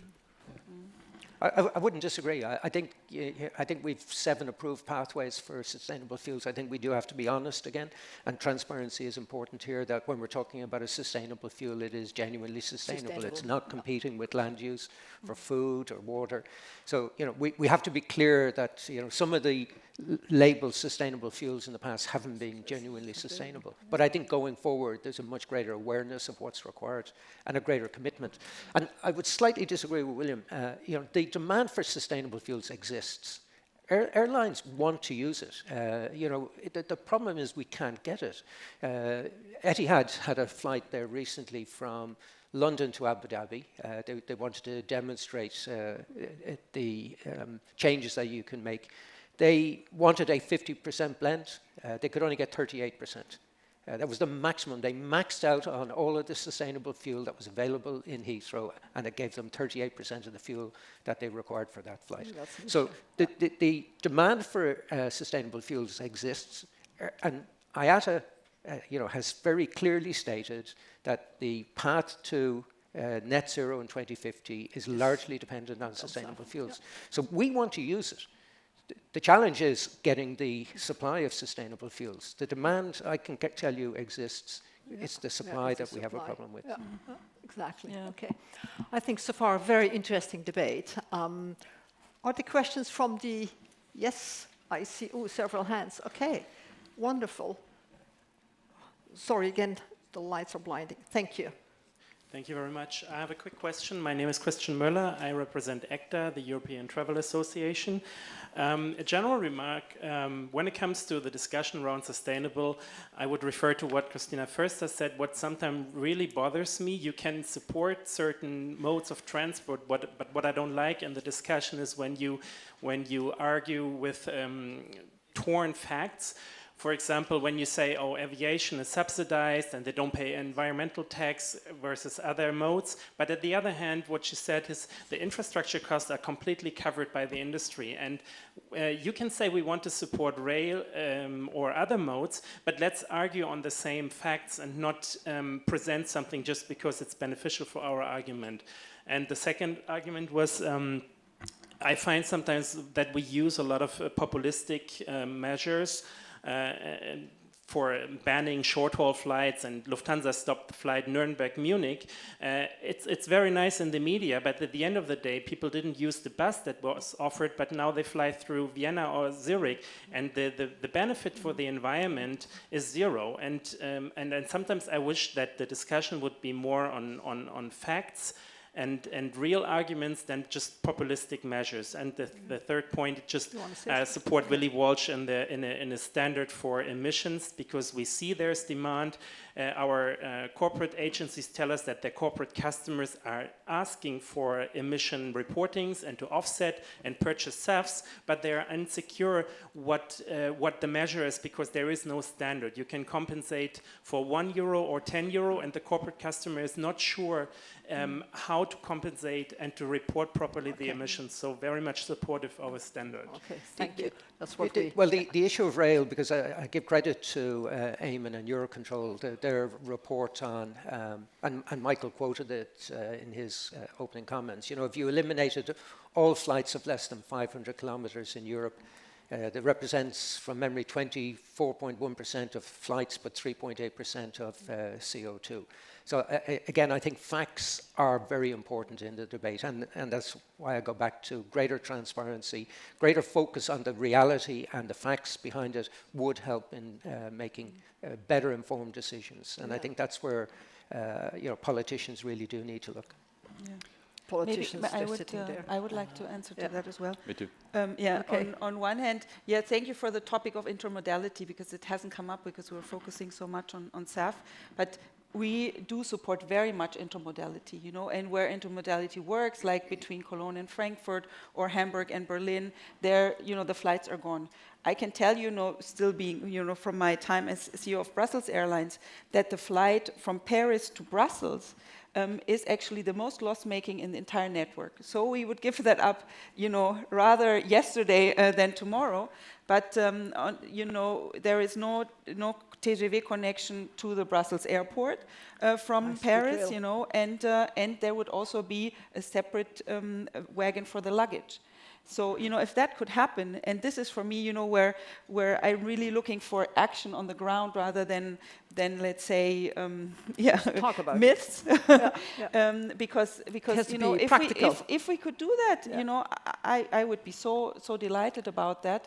But also looking at, I was last week looking at the and now this is a very long German word, Bundesverkehrswegeplan, which is looking at rail connections inside of Germany, and there is no high-speed rail connection seen with the Munich airport, and I think that intermodality, I think there is great apps that support it, but if the infrastructure doesn't support it, then the app is not helping you, and I agree with you, in the end, the customer will make the choice, and I think there are customers who are willing to take a little extra time. But I think a night train, let's say from Hamburg to Milan, cannot be the answer. Yeah. William, you also wanted to give a point. It's interesting because we had a fact check on a number of things that were actually not said during the panel. I would have two reactions to this. If the EU plan goes ahead, 95% of the fuel that the aviation industry uses in 2030 will be fossil. You want that to be untaxed and at the same time be perceived as an industry that is really serious about global warming. That's going to be difficult, guys. That's one. Two, on rail, I didn't bring up rail because I actually, personally, I do think it's ridiculous to take a plane between Amsterdam and Brussels. But let's be serious, cutting short-haul flights is not going to solve the problem. It's just like, stopping people from taking the car to the bakery is not solving the climate problem in the automotive industry. We need to focus on where the big emissions are. That's where I agree with Ryanair, that actually it's about long haul. It is about long haul, and I think it is true that it is a bit strange that we are exempting long haul from the ETS. Okay. So, other questions, please? I've got I've got one here. I think there was a second question there. Sarah Wilkin, Fly Green Alliance. Also agreeing with the previous gentleman and Willie, the demand absolutely is there. We are working with travel management companies, doing workshops on sustainable travel policies. We've worked with Amex Global Business Travel, who have now made commitments with Deloitte and Shell, and they've just presented last week at the IATA conference, so it's happening. What we have been discussing in the industry with the SAF producers is still the finance. So I know that T&E have certain work going on, but what is the role of IATA and T&E, for example, in getting the finance to the SAF projects?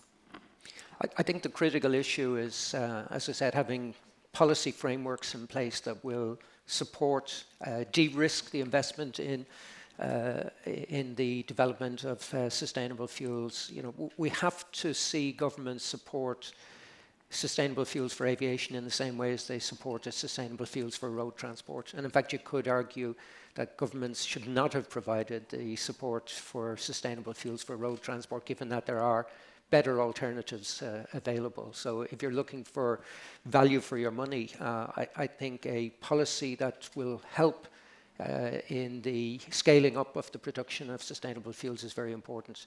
You know, the industry will buy sustainable fuels when sustainable fuels are available. We want to. We recognize that that is part of the solution to the challenge that we face. And the sooner we can get sustainable fuels at scale, quite honestly, the better.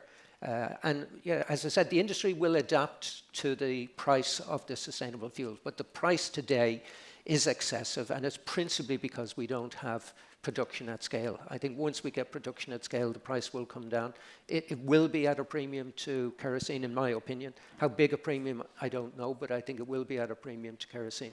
And it will be some time before we can get the levels of production that we want to get to. But we're absolutely committed to it, which is the good news. Yeah, William, did you want to say something? Yeah, I think the issue of demand is, yes, there is demand, but how much extra are you willing to pay?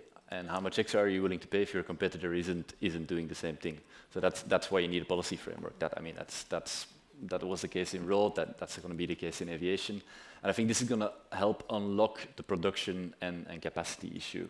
If you're a big oil company, or you're a big fuel player, or you're a new entrant, we're talking about billions of euros of investments over a very long time period. You need certainty. You need certainty that there's going to be offtake, and only, at these levels, at this scale, only regulation can give you that certainty.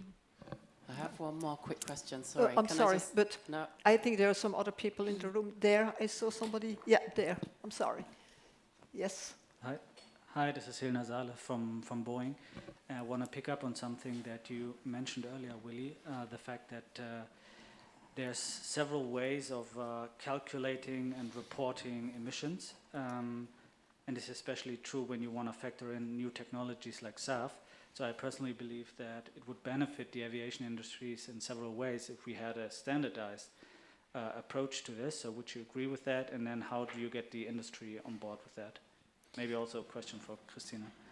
Yeah, well, we recognize that it is important. We're doing some work on this at IATA, initially with a view to having a recommended practice, so that we recommend to all our airline members that when they're reporting, they report in a single way.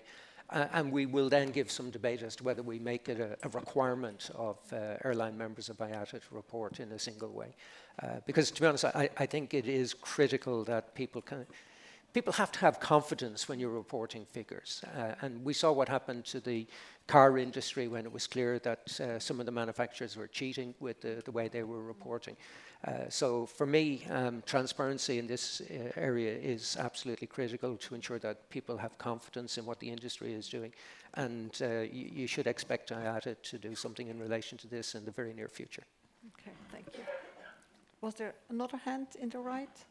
Yes, please there. Hello, I am Daan Voorhoeven from the Amsterdam University of Applied Sciences.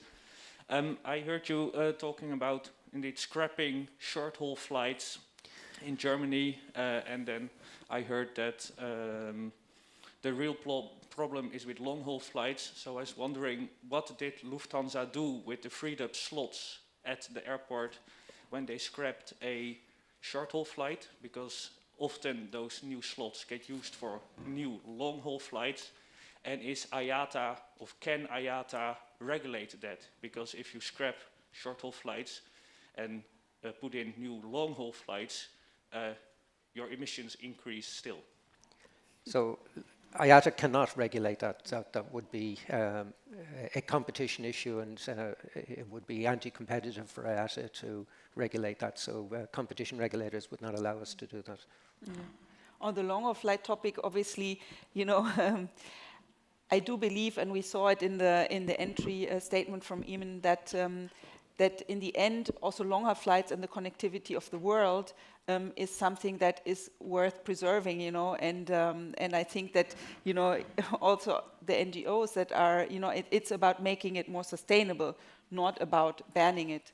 And so I think we are obviously working on making the industry greener and really putting our money where our mouth is.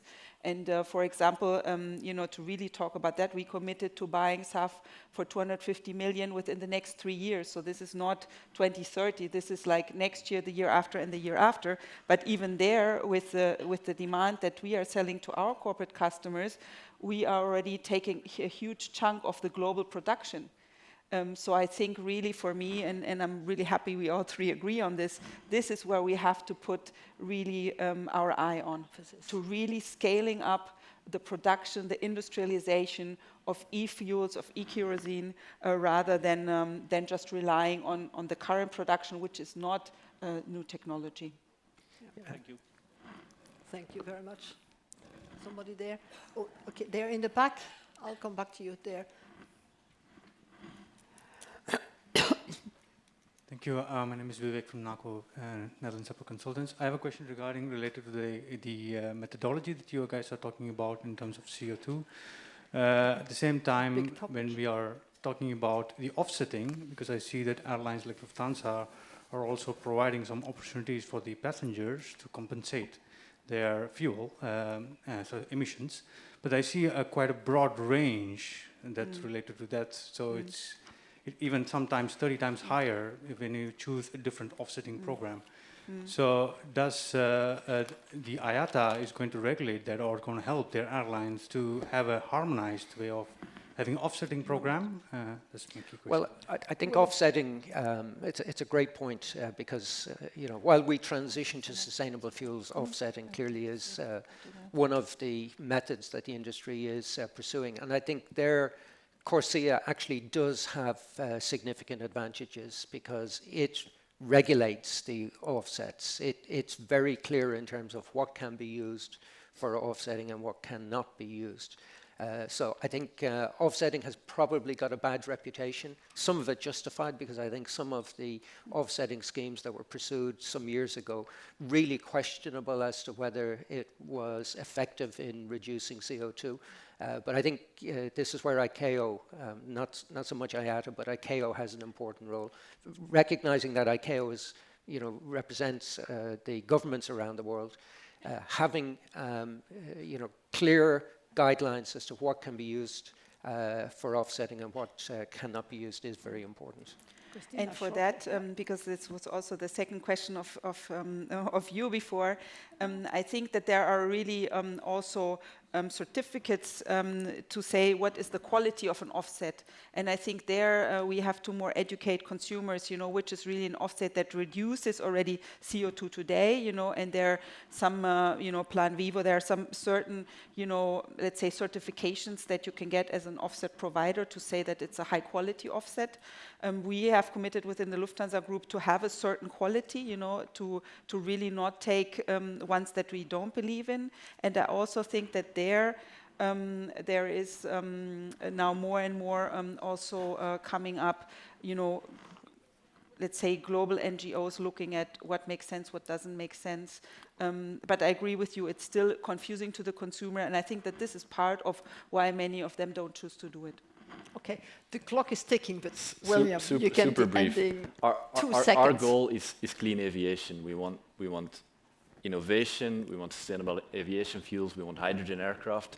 We're not going to offset our way to any of that. So in that sense, for me, offsetting is a distraction. You can do it as a customer if you want, but from a policy perspective, it is a distraction. Okay. I agree. I think we can leave it there. Thank you very much, Christina, Willie, William, you know, for your active input. I think it was a nice debate. Thank you to the room too for the many questions. Thank you very much. Thank you.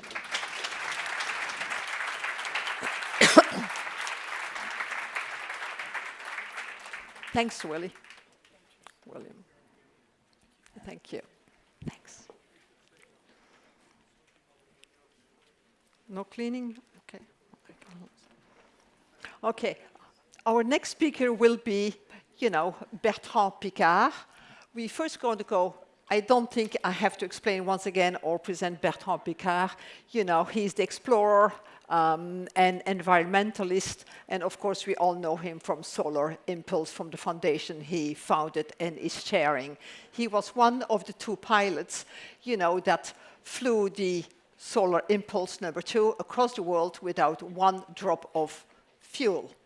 We're first going to go and watch a video, and then we will invite Bertrand to the stage.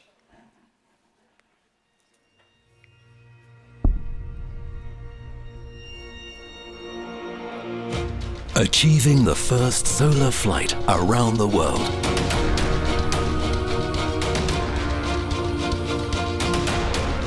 This is the story of 2 men. Bertrand Piccard, psychiatrist and explorer, and André Borschberg, engineer and entrepreneur. A team driven by a vision of the future and a passion for innovation. And the first airplane of perpetual endurance, able to fly day and night without fuel. Together with their partners, they wanted to show the power of pioneering spirit and clean technologies to bring solutions for a better world. Solar Impulse, the adventure showing that change is possible. It's a bit the moment of truth, because you know, you simulate, you calculate, you imagine, but there is nothing like testing and doing it in real. We deeply believe that we can achieve impossible and incredible things with renewable energies, like flying around the world with no fuel. And if this works, of course, everybody can do it on the ground to make a cleaner world. And this can be your way to be with us in the plane. And this was a scene in Abu Dhabi early this Monday. Dans ce journal également, ultralight plane is powered only by the sun's rays.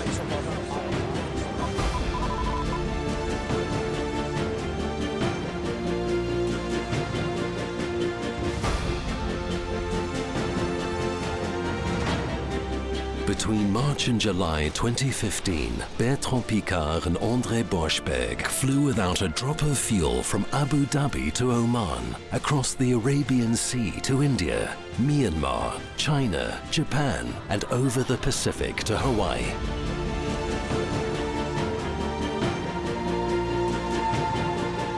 How are you feeling after all that time? You broke a world record in terms of solo flight a few hours ago.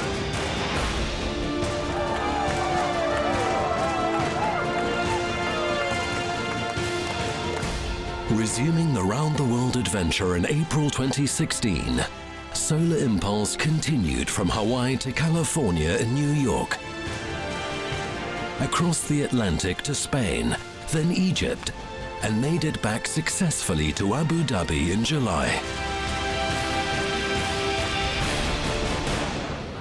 Today, the challenge is no longer to conquer the moon. The challenge is to conquer quality of life on Earth. Our world desperately needs the implementation of clean technologies to reduce the energy consumption and the waste of natural resources. Hotel India Bravo, turning final, 02 right.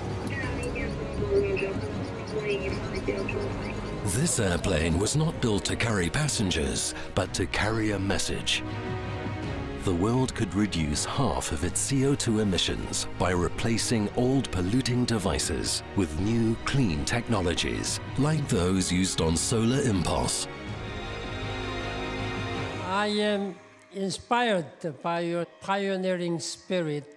You know, Mr. Secretary General, if an airplane like Solar Impulse can fly day and night without fuel, the world, of course, can be much cleaner. Inspiring generations, promoting innovative solutions to the challenges of humanity, inventing a brighter future.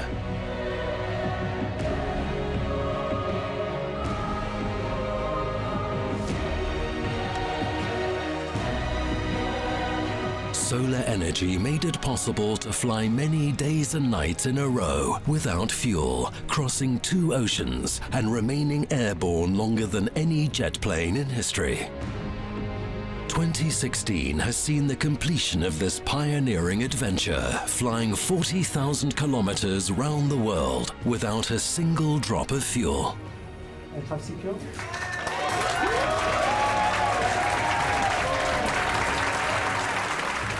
More than an achievement in the history of aviation, Solar Impulse has made an achievement in the history of energy. Let's take it further. Like Solar Impulse, the clean tech revolution has taken off, presenting new ways of thinking and doing to achieve the impossible. And you can be a part of it.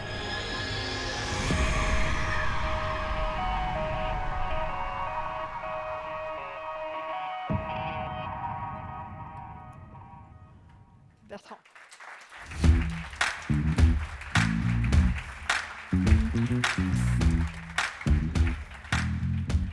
Please, thank you very much. Welcome on the stage, and we're honored to have you here. Thank you very much. Good morning to everyone.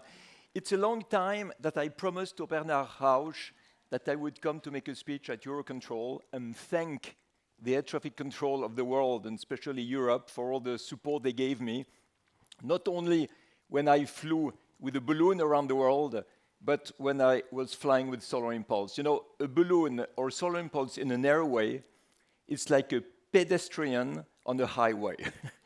It's really difficult for them, and they managed it. But if I'm here, it's also to speak about energy in aviation. You know, when I flew around the world with Breitling Orbiter 3 balloon, that was 45,000 kilometers non-stop, 20 days in the air in a row. And at the end, out of the 3.7 tons of liquid propane, I had 40 kilos left in the last fuel tank. You see the level of the ice in the last tank. So when people tell you that the sky is the limit, it's wrong. The fuel is the limit. And this is why I wanted to change that paradigm and make a new cycle in the history of aviation. You have the Wright brothers until landing on the moon. But now we can do, hopefully, the same thing again in a clean way. Not just a sustainable way, but a clean way. And that was my dream with Solar Impulse, to have an airplane that could get energy from the sun to run electric engines, store the electricity in the batteries during the day, to fly at night, and break another paradigm that was saying that solar energy doesn't work at night. So that was the picture I got from an artist on a computer. Nothing real in the project except a dream, and I went, of course, to see the airplane constructors. And they laughed at me, saying, it takes 1 minute to calculate that the sun will not give enough energy to have a plane flying day and night. And this is the paradigm of today in terms of energy. We only speak of production and not of efficiency. So basically, our world is like a stupid guy in a bathtub with a leak in the bathtub, and instead of solving the leak, he opens the tap wide open to compensate the water he's losing. Okay, 1 minute to calculate the sun would not give enough energy, and 3 years to get the plane efficient enough to cope with the energy the sun was giving. This is why the wingspan was bigger than a jumbo jet. This is why the weight was lighter than a family car. This is why we had the possibility to fly with the power of a scooter. But of course, a low speed and no passengers. So to build this plane, we had to be 10 times lighter, 10 times lighter than the best glider, proportionally speaking, of course, to the size. Normal that the airplane industry thought it was impossible.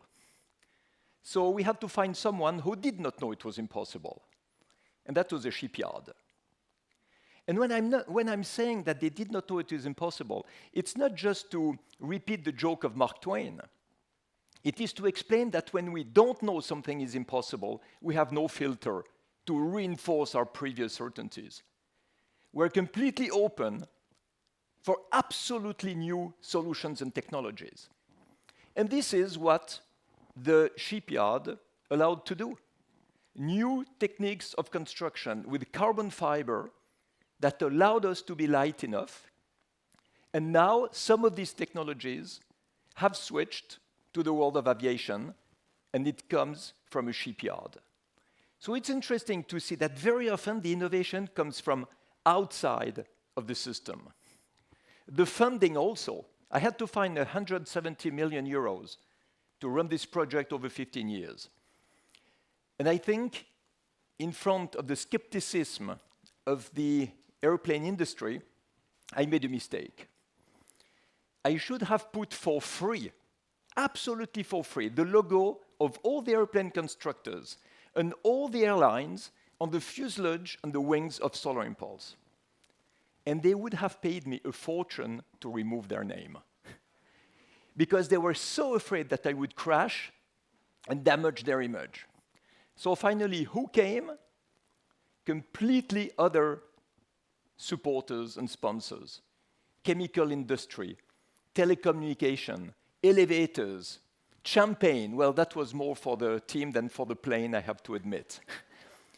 But in the beginning, I was really disappointed not to have any specialist of aviation as the main partners, until I understood that it was never the people selling the candles who invented the light bulb. It is other people. In the world of automotive, it's exactly the same. The first successful electric car was not made by a car manufacturer. It was made by a billionaire from the world of internet who had no idea how to make a car. So he took what he knew, a computer screen, and built the Tesla around it.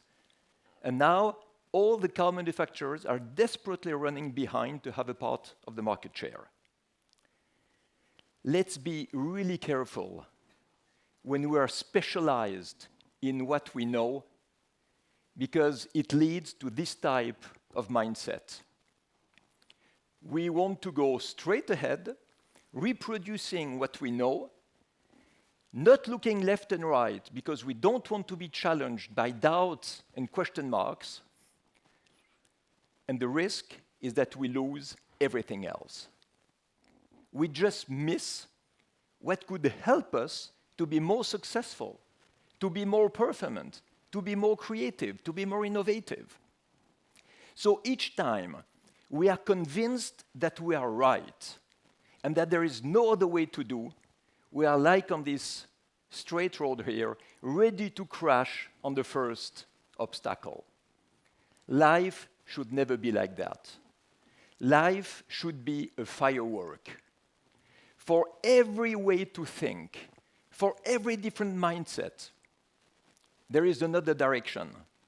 You know, like in a balloon. In a balloon, you drop ballast, you change altitude, and you take winds that have another direction.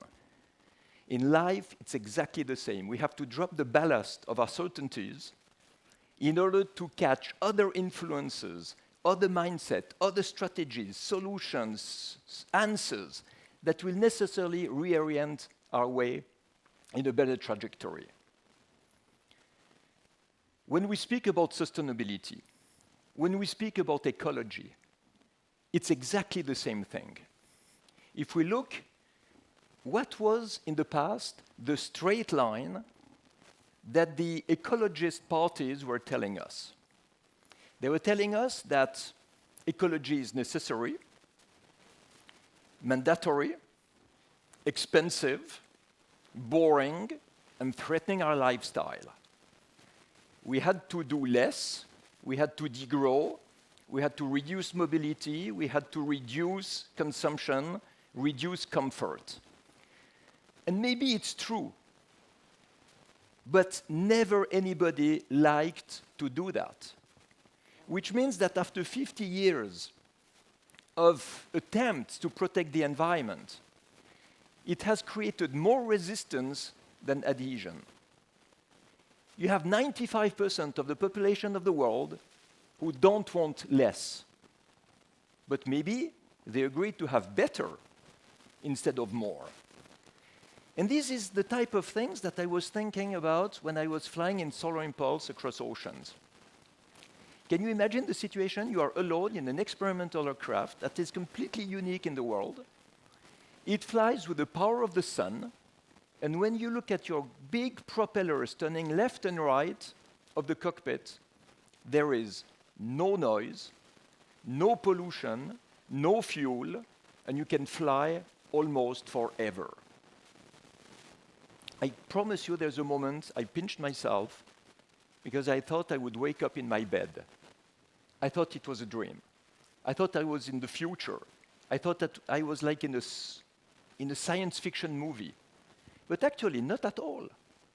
I was just in the reality of today with what the technologies of today allowed me to do today. And at this moment, I understood how much the rest of the world was in the past. And the rest of the world is really in the past, with thermal engines that have 27% of efficiency, when my electric engines had 97%, the world of the past with badly insulated buildings, completely inefficient heating, cooling, and lighting systems, old industrial processes, and dirty ways to burn fossil fuels. Are we proud of that? Are we proud? So we bravely wave our latest smartphone to make believe that we are modern, but we are not modern. Everything we use has been invented 120 years ago in the beginning of the oil era. And this has to change. So if we speak about changing what is polluting, it means basically that we have to replace everything. All the infrastructures in the world, in terms of mobility, in terms of construction, in terms of living, in terms of industry, in terms of agriculture. Is it possible or not? And if it is profitable, and if it is possible, is it profitable? Because if it is not profitable, nobody will do it. People will fight against it, will resist, and we will go deeper and deeper into the climate disaster. So to see if it is profitable, I launched the second part of the Solar Impulse action. After landing in Abu Dhabi, as you've heard in the film, there is this very important sentence: take it further. Because the success should never be a goal in itself. It should just be a step on which you climb in order to be more credible, more influential, and to go for better. So we have launched this Take It Further challenge, which is to identify everywhere in the world 1,000 solutions that would protect the environment in a financially profitable way. It can be systems, products, materials, sources of energy, devices, whatever, but it needs to exist today. Not a vague idea for the future. Because each time you speak of vague ideas for the future, you are not credible. And if I go to see heads of states and tell them, I have beautiful ideas for the future, they will tell me, come back in the future. So it needs to be today and credible. Second thing, it needs to protect the environment. That means it needs to be better than anything else, or maybe even open a new opportunity for the industry to protect the environment. And it needs to be profitable. That means it needs to be beneficial for the company who produces the system or the product, and cheaper for the consumer. So in the beginning, of course, like for Solar Impulse, like for Breitling Orbiter, people told me it's impossible, you will never find 1,000 solutions like that.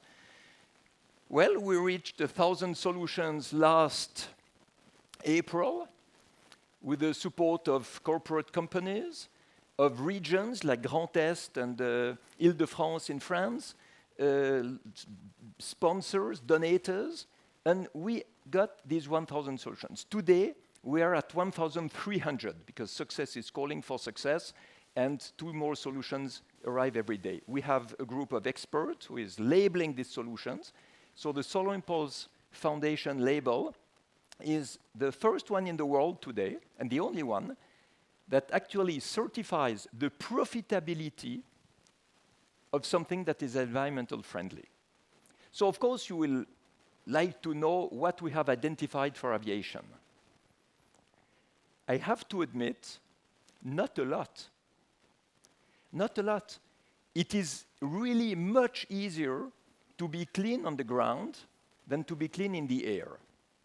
And it's true that Solar Impulse would never receive the label of the Solar Impulse Foundation as a solution for aviation. It was experimental, and maybe it will transport passengers in the future, but not yet. So we have identified something like SkyBreath, a software to reduce the fuel consumption. It's used by Air France already and Transavia. It's already 5% reduction. Okay, nice. We have electric airplanes for 2 people. Now there is a commuter company, commuter airline in Vancouver, who has asked to H55 to electrify their seaplanes. 8 people. Okay, we're maybe on an exponential curve. It's starting.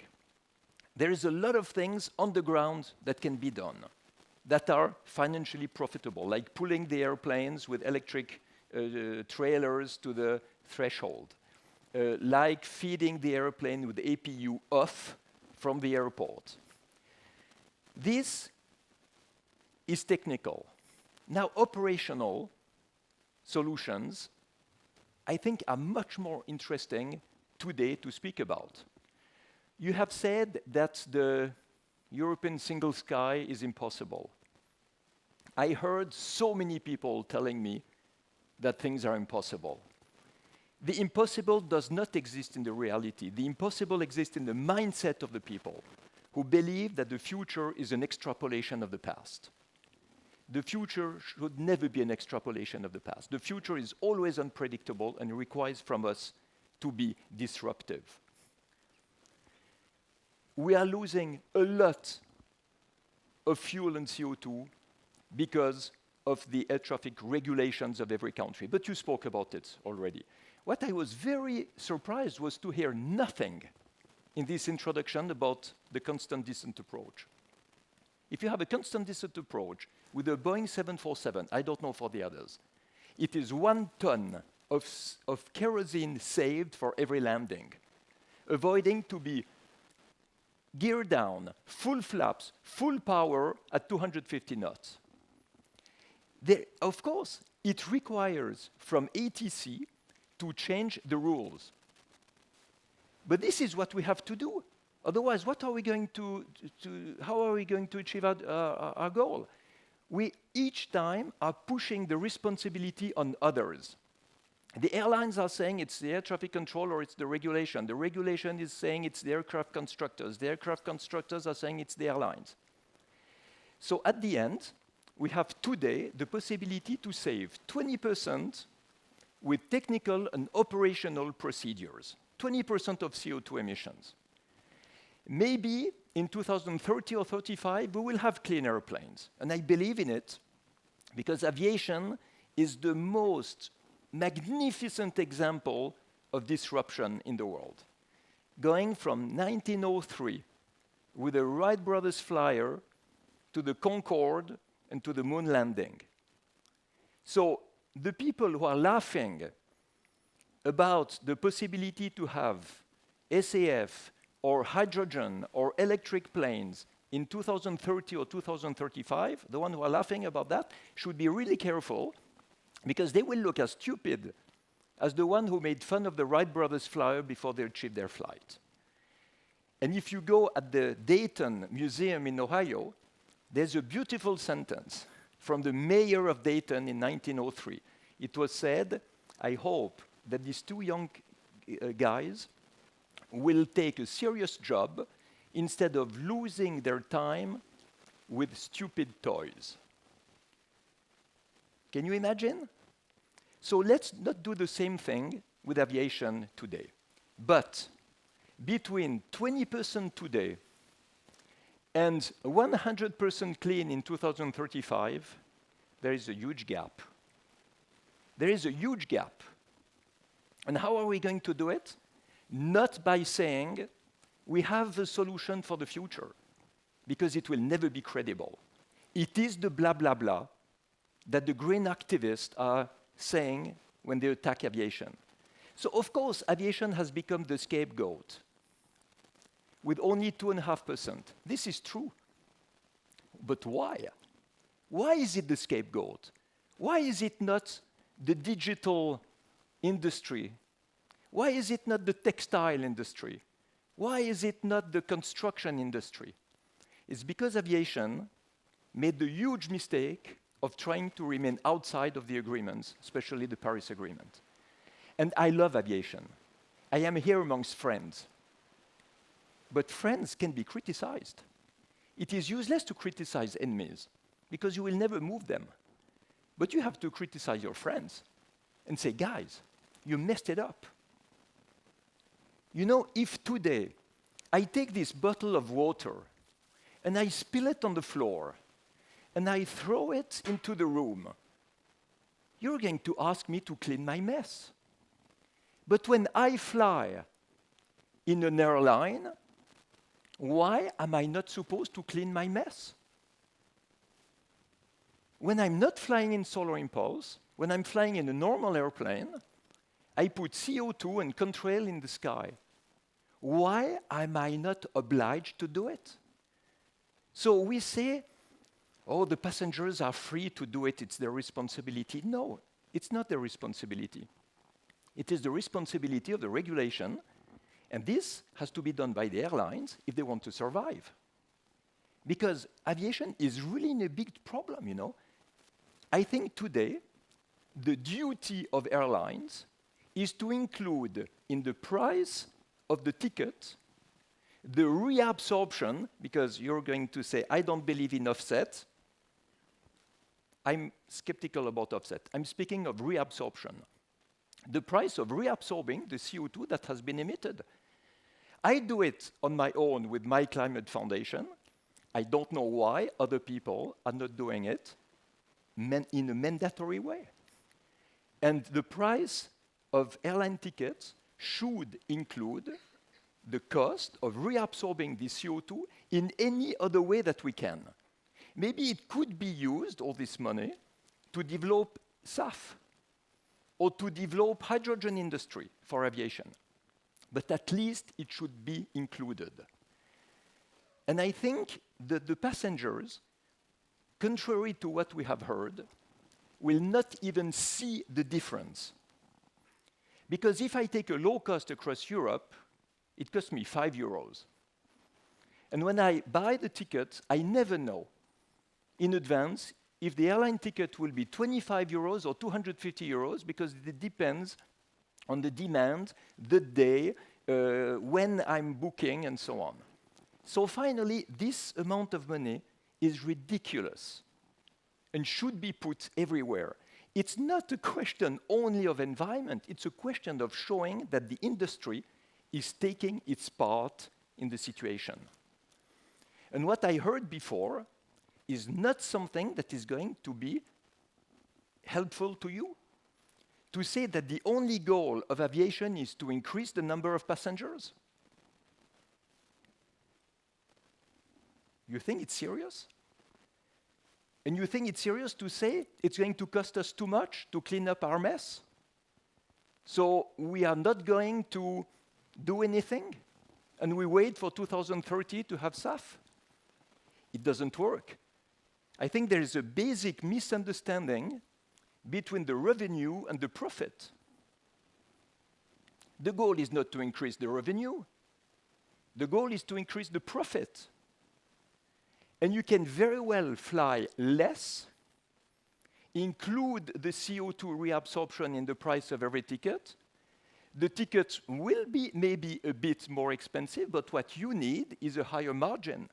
You need more profit, you need not more revenue. So we see that if really the world of aviation wants to come back with the favor of the population without being attacked by everybody, it's absolutely clear that if we have lost the PR battle in the beginning, like you said, we have to win the reality battle right now with solutions. You take the one who are profitable and you use them, but you need also to take the one who are not profitable now in order to fill the gap between 20% and 100%. So at the end, can I have the last slide? Yeah. At the end, I think we are a little bit like on this picture here. This is a picture I love. It's actually the last picture I did when I flew around the world in the Breitling Orbiter 3 balloon. It's a window of the capsule. It is frozen by the moisture of the night, and on the other side, you have a rising sun. But you will never see the rising sun if you don't first take the risk of going through the ice. And this is what so many people are afraid to do. People in their life, they have ice, they have problems, they have difficulties, they have crises. Today we have the pandemic crisis, we have the aviation crisis, we have the price of energy, we have the pollution, we have the CO2 climate problems and so on. And what do? Very often we're afraid of going through the problem and solve it. So what do? We prefer to suffer in the ice we know, in the problems we know, rather than to take the risk of throwing some ballast overboard, like in a balloon, change altitude to take another direction.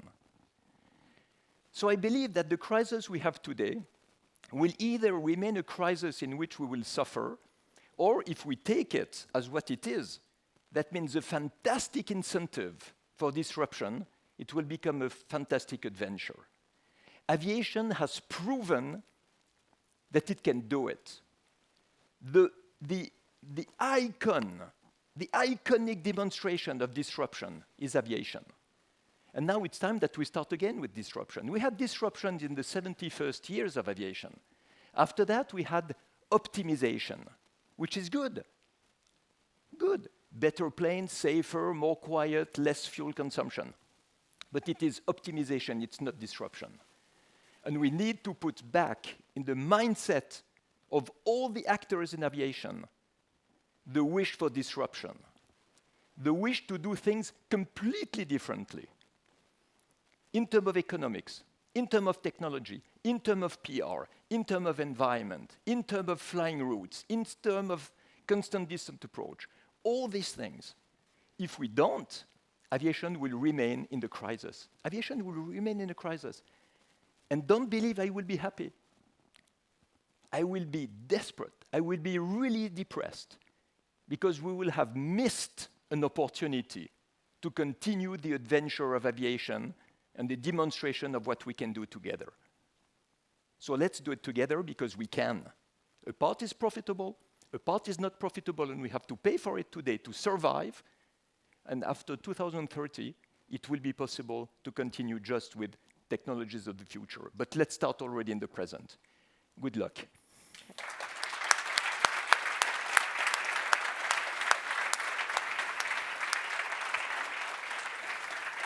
Bertrand, this was very inspiring. A lot of food for thought here.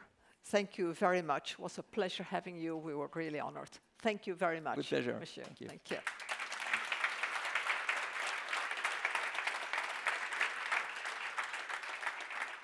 Okay, I hope you all had an interesting morning. I thought we had some great insights from airline executives, from, of course, Bertrand.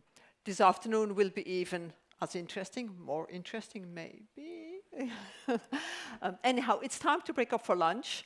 Thank you again for being here. Lunch is being served in the lobby where you had coffee this morning. So just exit on there and then take on your right. We will start again at 2 o'clock sharp. Okay? Thank you and enjoy your lunch.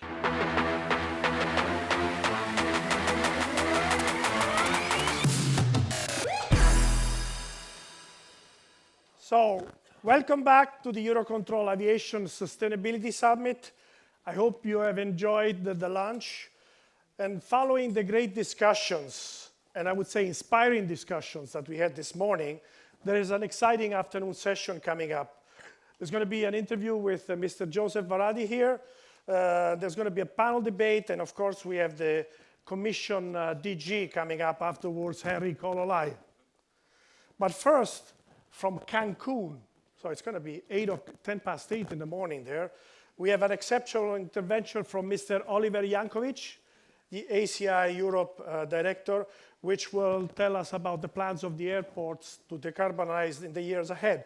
So now the floor is to József Jankovec. Good afternoon, ladies and gentlemen. I'm really sorry I can't be with you today in Brussels, and I'd like to thank EUROCONTROL for giving us the opportunity to present the track record of the airport industry on decarbonization. I'd like to take this opportunity also, very importantly, to thank very much Eamonn and Hololei's team for the fantastic job they've been doing in supporting the entire aviation sector throughout this very difficult crisis. So let's look at what airports have been doing. Actually, carbon management at airports is nothing new. It started for us back in 2008 when we had our first resolution engaging our airport members to reduce their carbon emissions. At the time, we thought we might set a target for that, but we quickly realized that was impossible. And we rather worked on developing a carbon management program to provide a common framework for our members to reduce their carbon emission.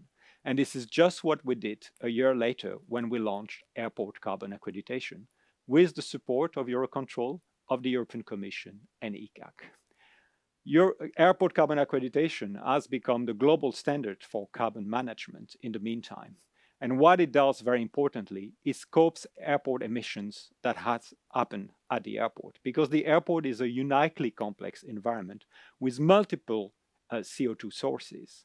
And we've done this scoping using the standards set by the World Resources Institute and the World Business Council for Sustainable Development, but adapting those standards to the airport environment. The program has been certifying airports at various levels of carbon management, done from the very basic, how to do a carbon mapping, up to the carbon neutrality level, and now even on how to be consistent and aligned with the Paris Agreement. And in doing that, we've been very lucky to rely on the support and involvement of key institutional stakeholders. Again, EUROCONTROL, thank you for that support, it's invaluable, but also the European Commission, ICAO, and critically, the UNFCCC. The program has been a success story. It has allowed us to have airports working on reducing their carbon emission a long time before this became the imperative it is today. We started in 2009 with just 17 airports being certified under the program, all of them in Europe, and now we had 360 airports certified across the world. A lot of these airports are in Europe, as you can see, and the good news is that notwithstanding the crisis and the tremendous difficulty we've experienced over despite 18 months, we've seen a lot of airports becoming newly certified in Europe. A lot of airports are already at carbon neutrality level, as you can see, and we're now seeing airports coming also at the very top level of the program, fully aligned with the Paris Agreement. And of course, with the program, we can deliver year after year aggregate figures on the overall volume of CO2 reduced by the airport industry. Of course, through the program, this has laid the ground for our net zero commitment, a commitment we undertook 2 years ago. And this is a commitment not just from ACI Europe, but very importantly, it is a commitment that has been formally and individually subscribed by more than 240 airports. We are now seeing airports accelerating on that commitment. A lot of airports are looking no longer at 2050, but at 2030 to achieve net zero. And we are starting to see the first airport delivering on that commitment. That is the case with Swedavia, the Swedish airport operators, whose 10 airports have achieved net zero CO2 emissions for Scope 1 and Scope 2 emission as of last March. Moving forward, planning and execution is key. It's not about just committing. You need to work on this. This has led us as ACI Europe last month to launch a public repository of airport net zero carbon roadmaps to basically show that airports are actually working on this and prove it.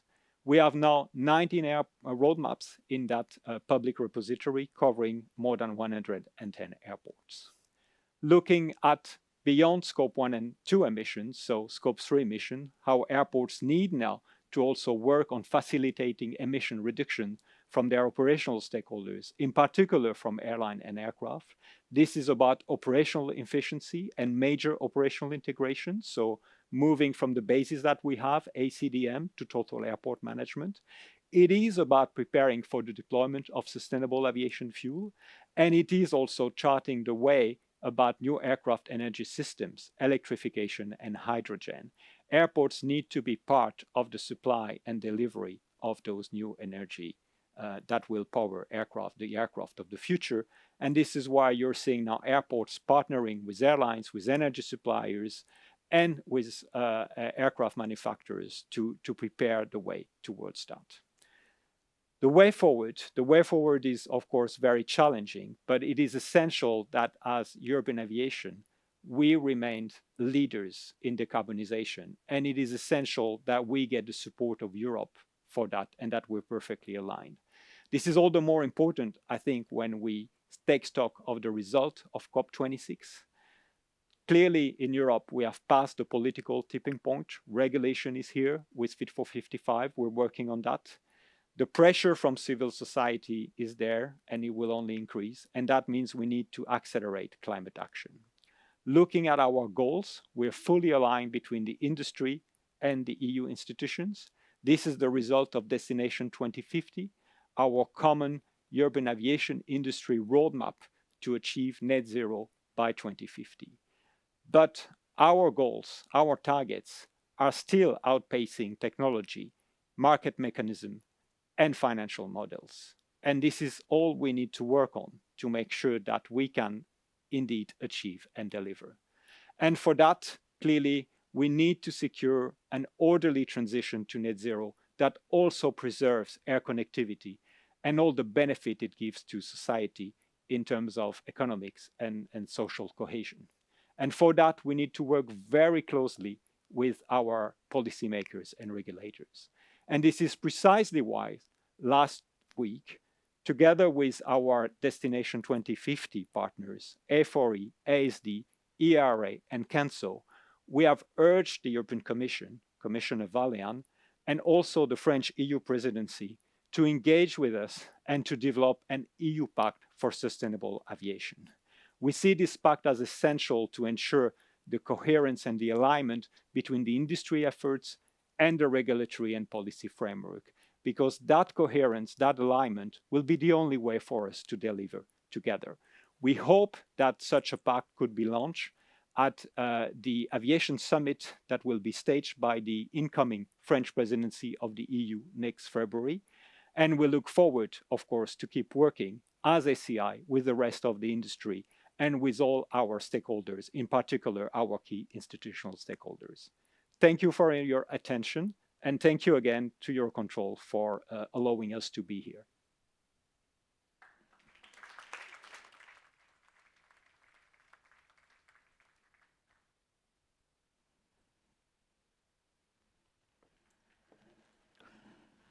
Good afternoon, everybody. I think it's time for our first fireside chat, difficult word, this of the day, with József Váradi. You all know József Váradi.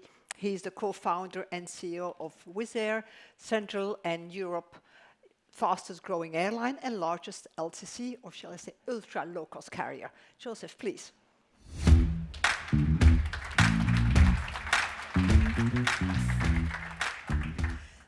Joe, thank you very much for being here. I think the first time we sat together, I think it was 2004, to talk about your plans for Wizz Air.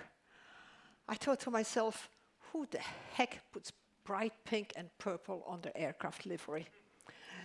So, even worse, I was interviewed by Richard Quest from CNN, and on the very first day when we were flying from Katowice, Poland to London, and the interview went on, and in the end he said that, come back to my show if you are still around a year from now. So that was the level of skepticism. Yeah, well, here you are. Obviously, your marketing plan and your business plan worked out. I have to check my figures because it goes so quickly. You fly now more than 800 routes, connecting 167 airports in 48 countries aboard a fleet of about 140 aircraft. Something like that. But recently, you were again headline news. You placed another order for up to 196 Airbus aircraft at the Dubai Air Show. How does such an order fit into, I heard this morning calls from NGOs to say management of demand, you have Greta and flight shame movements, we have the European Green Deal, we have zero carbon emissions for flying. How does one fit together? How do you gel expanding your operations while you have to fly more sustainable? But indeed, I made an expensive trip to Dubai, spending a lot of money for aircraft, but that's kind of what we do. But we have 425 aircraft on order, so we're going to go big. We think we have the model to make it big, and maybe the right perspective here is that this conference is titled as Sustainability. If Europe was to operate Europe on the basis of the Wizz business model, operating Wizz aircraft, emission would come down 34% overnight. And so we are already very green, very committed to sustainability, and we think this is the right platform to be rolled out in the future. The real question is not why Wizz and the better low-cost carriers are growing. The real question is why is the system still supporting the legacy carriers, which are inherently inefficient, unadaptive, uninnovative, but they are still getting the support. If you just look at COVID-19, I mean, these are the airlines getting the state aid. These are the airlines who are protected by slot waivers. These are the airlines who are getting the furlough schemes. So they are getting all the benefits, and the system keeps distorting the marketplace, distorting level playing field. And at the same time, when we are talking about airlines like ourselves, like Wizz Air, then we are confronted with some level of skepticism. Why the hell these guys are growing so much in light of all these flight shaming and all those initiatives? The world keeps moving. The world continues to fly. Mobility is an important issue for humanity. People want to discover the world. They want to fulfill themselves by traveling. I don't think this is going to be stopped. The real question is, how can it be done in a responsible and sustainable way? And this is really what we are trying to bring to the party. We are bringing the latest technology aircraft, the A321neo. There is no better aircraft than the A321neo, not only in terms of economic performance, but also in terms of environmental performance. This is what we are bringing to the industry. We continue to innovate. Almost the entire industry stepped back during the COVID-19 period. We kept investing into aircraft, into markets, into people. We took delivery of 37 brand new aircraft during the pandemic period, and we are taking another 50 new aircraft in the next year. So we are the ones who continue to innovate the industry, and I think this is what the industry needs. Decarbonization will happen on the basis of technology, long-term structurally. I mean, you can do a lot of things in between, but structurally, that's the long-term solution. And there is no more innovative airline than ourselves to bring those changes to the market. Okay, but the outstanding aircraft order that you have, also including the latest one, they are powered by the latest generation, yet current generation aircraft and fuel technology. Airbus and others are, researching and making great advances for other power sources like hydrogen. Have you ever considered that? And is maybe part of the order in case the deliveries would be after 2030? Could you convert them? And do you think something like hydrogen is a possibility for an airline like Wizz Air?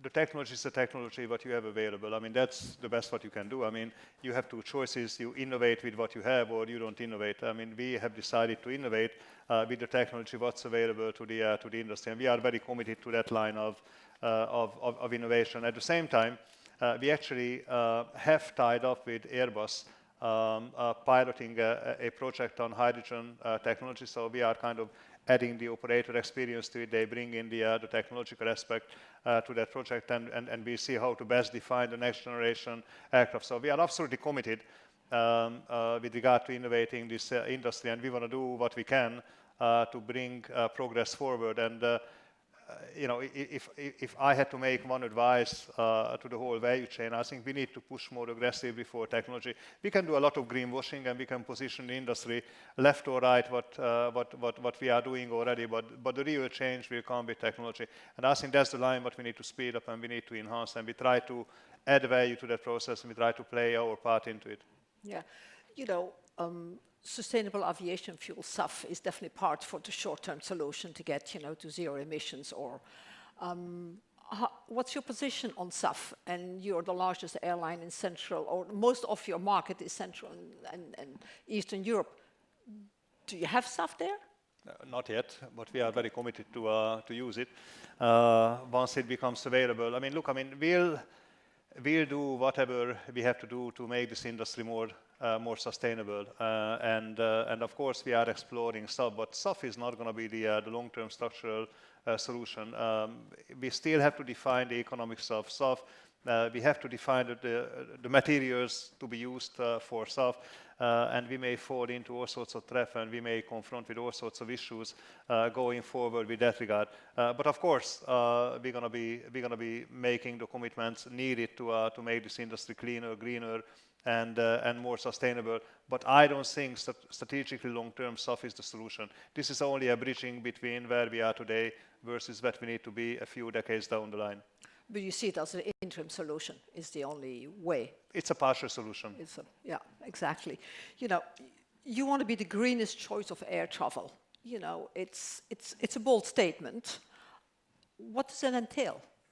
I don't think it's a bold statement. As a matter of fact, we are the greenest airline. This is the fact of numbers. You look at our emission rate. It was great to hear from Michael Hololei that he wants to be emitting sub 60 grams per passenger kilometer.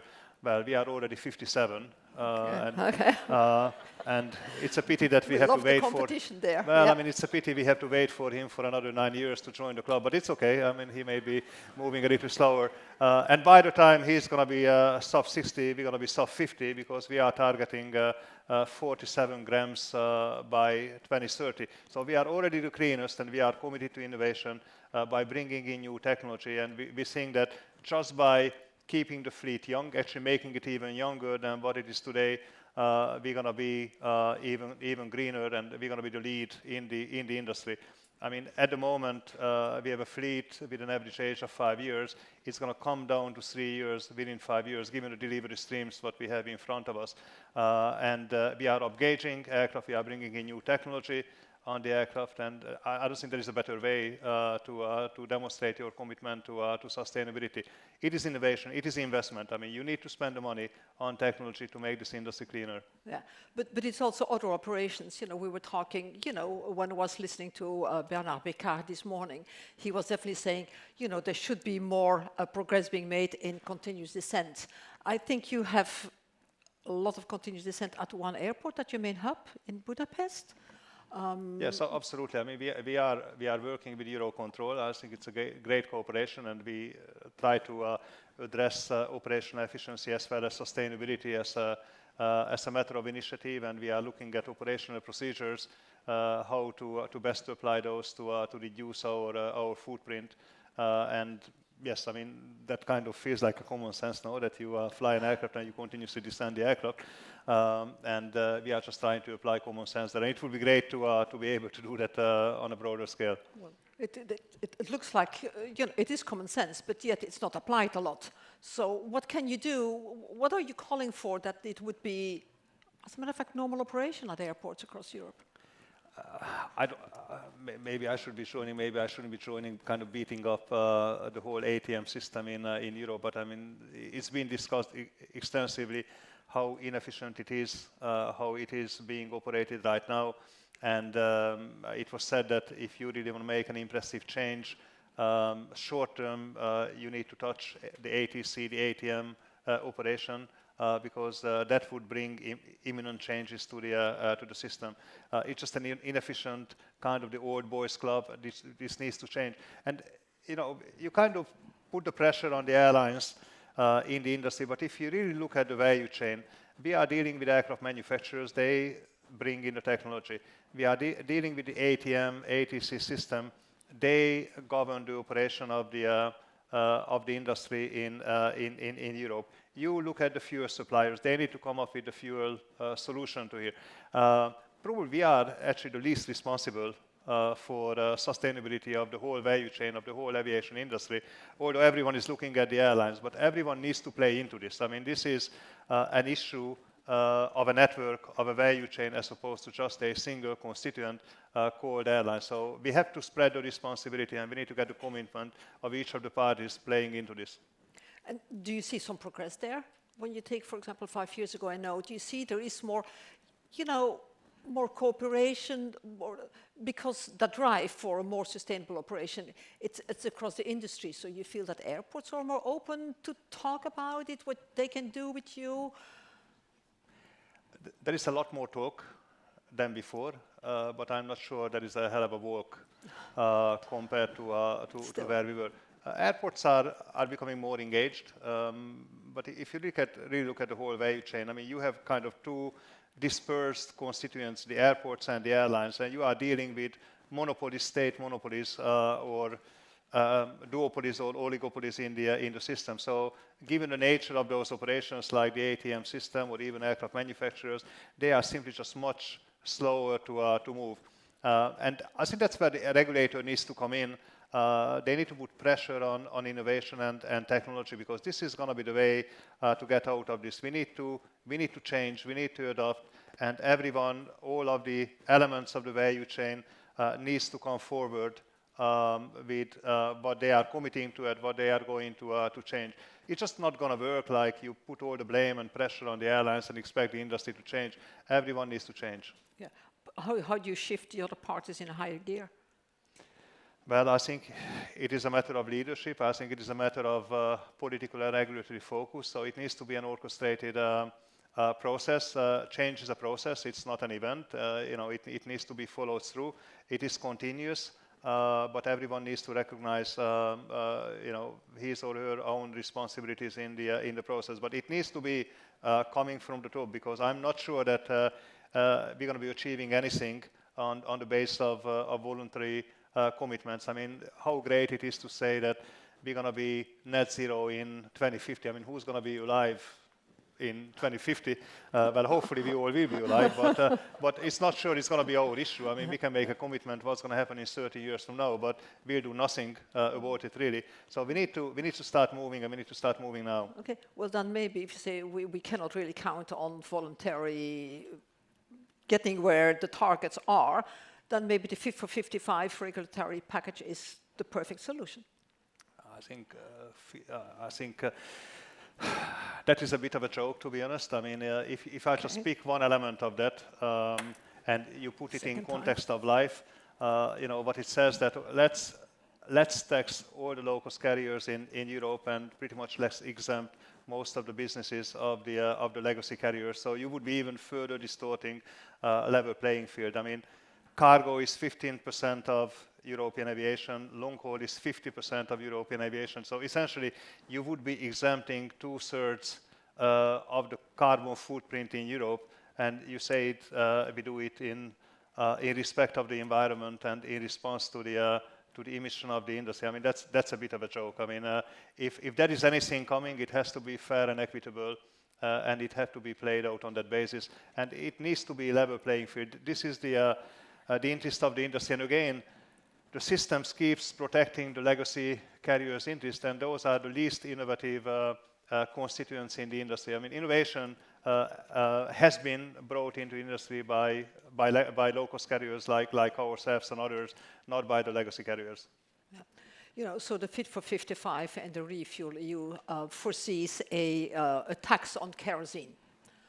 How do you see that, and are you talking to your main government to maybe block that into the council?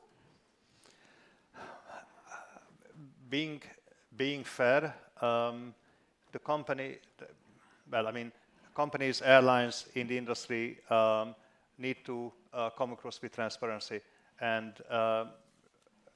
there have been a number of ways how the industry is taxed right now. You know, we are paying airport taxes, we are subject to various carbon schemes already, and there is a new kerosene tax being contemplated. We just need to integrate all those measures and come up with a system that is fair and equitable again, and transparent, because at the moment it is not transparent and it is not fair. I mean, how come that in light of environmental protection, sustainability, we are exempting half of the carbon footprint from taxation? I mean, this is not being responsible for the environment. I think this is just finding a way of talking green without being really green. And I accept the fact that maybe some taxation is needed, but it needs to be done on a fair and equitable basis, which is not the case. And the new schemes, the new regulatory initiatives are not really designed to make it fair and equitable. Okay. You recently negotiated a bonus, you know, of £100 million. When you can double... You wanna share? Oh, yes. Please.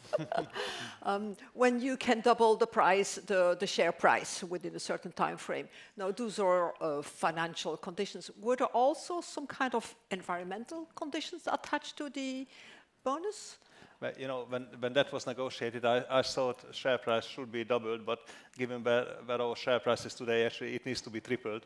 So the challenge is just even greater. But I would welcome anyone, any airline CEOs and other CEOs that should they, you know, triple kind of the market cap of their companies within 5 years. I think they should be really seeing some benefits coming out of it. But believe it or not, I don't care about the money. I'm for the intellectual challenge here, which excites me and keeps me motivated. And it is not just the economics, it's not just creating shareholder value, but actually there are very clear targets with regard to sustainability as well as diversity attached to it. Yeah, exactly, to reflect, you know, the trend, you know, from shareholders, and I think big corporations, they would like some kind of environmental conditions attached to it. So, yeah, absolutely. Exactly. Now, I think we have time for one short question. You have several bases and operations outside of the EU. You think that could be in the longer term, or maybe in the short term also, an advantage to your operations, because non-EU operations in the UK, in Abu Dhabi, they will not have the same conditions and targets, you know, for sustainability as in the EU? I'm not sure that this is the basis of our market diversification decision making, but it might be a side benefit. But it brings up, I think, a bigger question: how Europe is trying to be competitive within the context of the world's aviation's development. How does, you know, Europe want to compete with the US, with China, with the Gulf, and with other regions? Europe is becoming increasingly bureaucratic, to some extent over-regulated, very untransparent in a way. How would that match up with the dynamics coming from other parts of the world? And personally, I feel that being more diversified, to some extent away from Europe, gives us a better stand, a stronger footprint, to deal with crisis situations, to deal with the everyday pressure of the business, to become a more sustainable business and a more durable business proposition. Okay, it was great. Joe, thank you very much. Thank you for being here, your honesty and all the questions. I wish you a wonderful end of the afternoon. Thanks, Joe.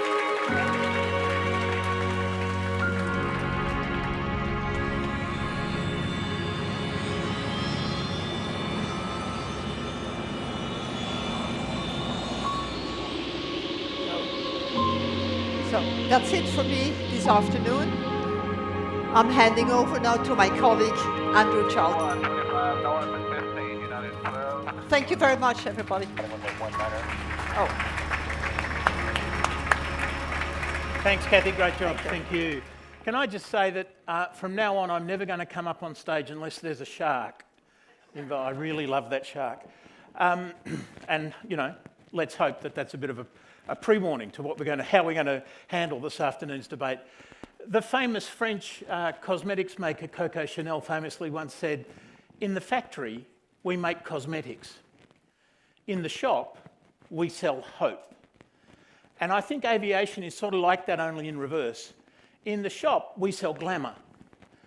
But in the factory, we make logistics.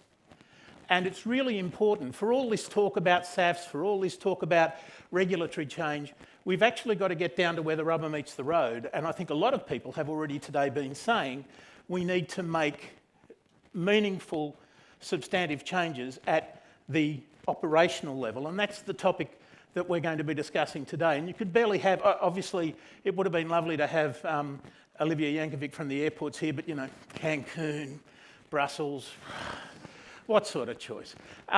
No ticker at all. But we do have a low-cost carrier, Mr. Johan Lundgren from easyJet. I'm delighted that you can be here. We have an OEM, Mr. Arjan Meijer from Embraer, all the way from Rio de Janeiro via Amsterdam. And we have the regulator, Mr. Patrick Key. There he is, the other one not wearing a mask. Patrick, good afternoon. If you gentlemen would like to come up now, they'll play that funky music for you. There we go. Wherever you like. One window. Thanks very much and welcome, greetings. I hope I didn't, well, if I mispronounced your name, I hope I was equally mispronouncing all of you rather than anyone think that I might have picked on you. So Johan, let me start with you. You're sitting there. Are SAFs the answer? To what? The question. Life, the universe, and everything. Look, here's the thing. There's no doubt that SAF, in the form of e-fuels, will play a significant role as in the midterm and the long term, particularly for the mid-haul and to the long-haul proposition. I do not believe it is an critical or important part on how you are decarbonizing short-haul aviation in the mid to the long term. How do you define short-haul? I would say up until you have the e-fuels available, which possibly could come into place just after 2030. One of the issues around the SAFs is that... Wait a minute, I'm confused now, sorry, because we're talking electricity and e-fuels.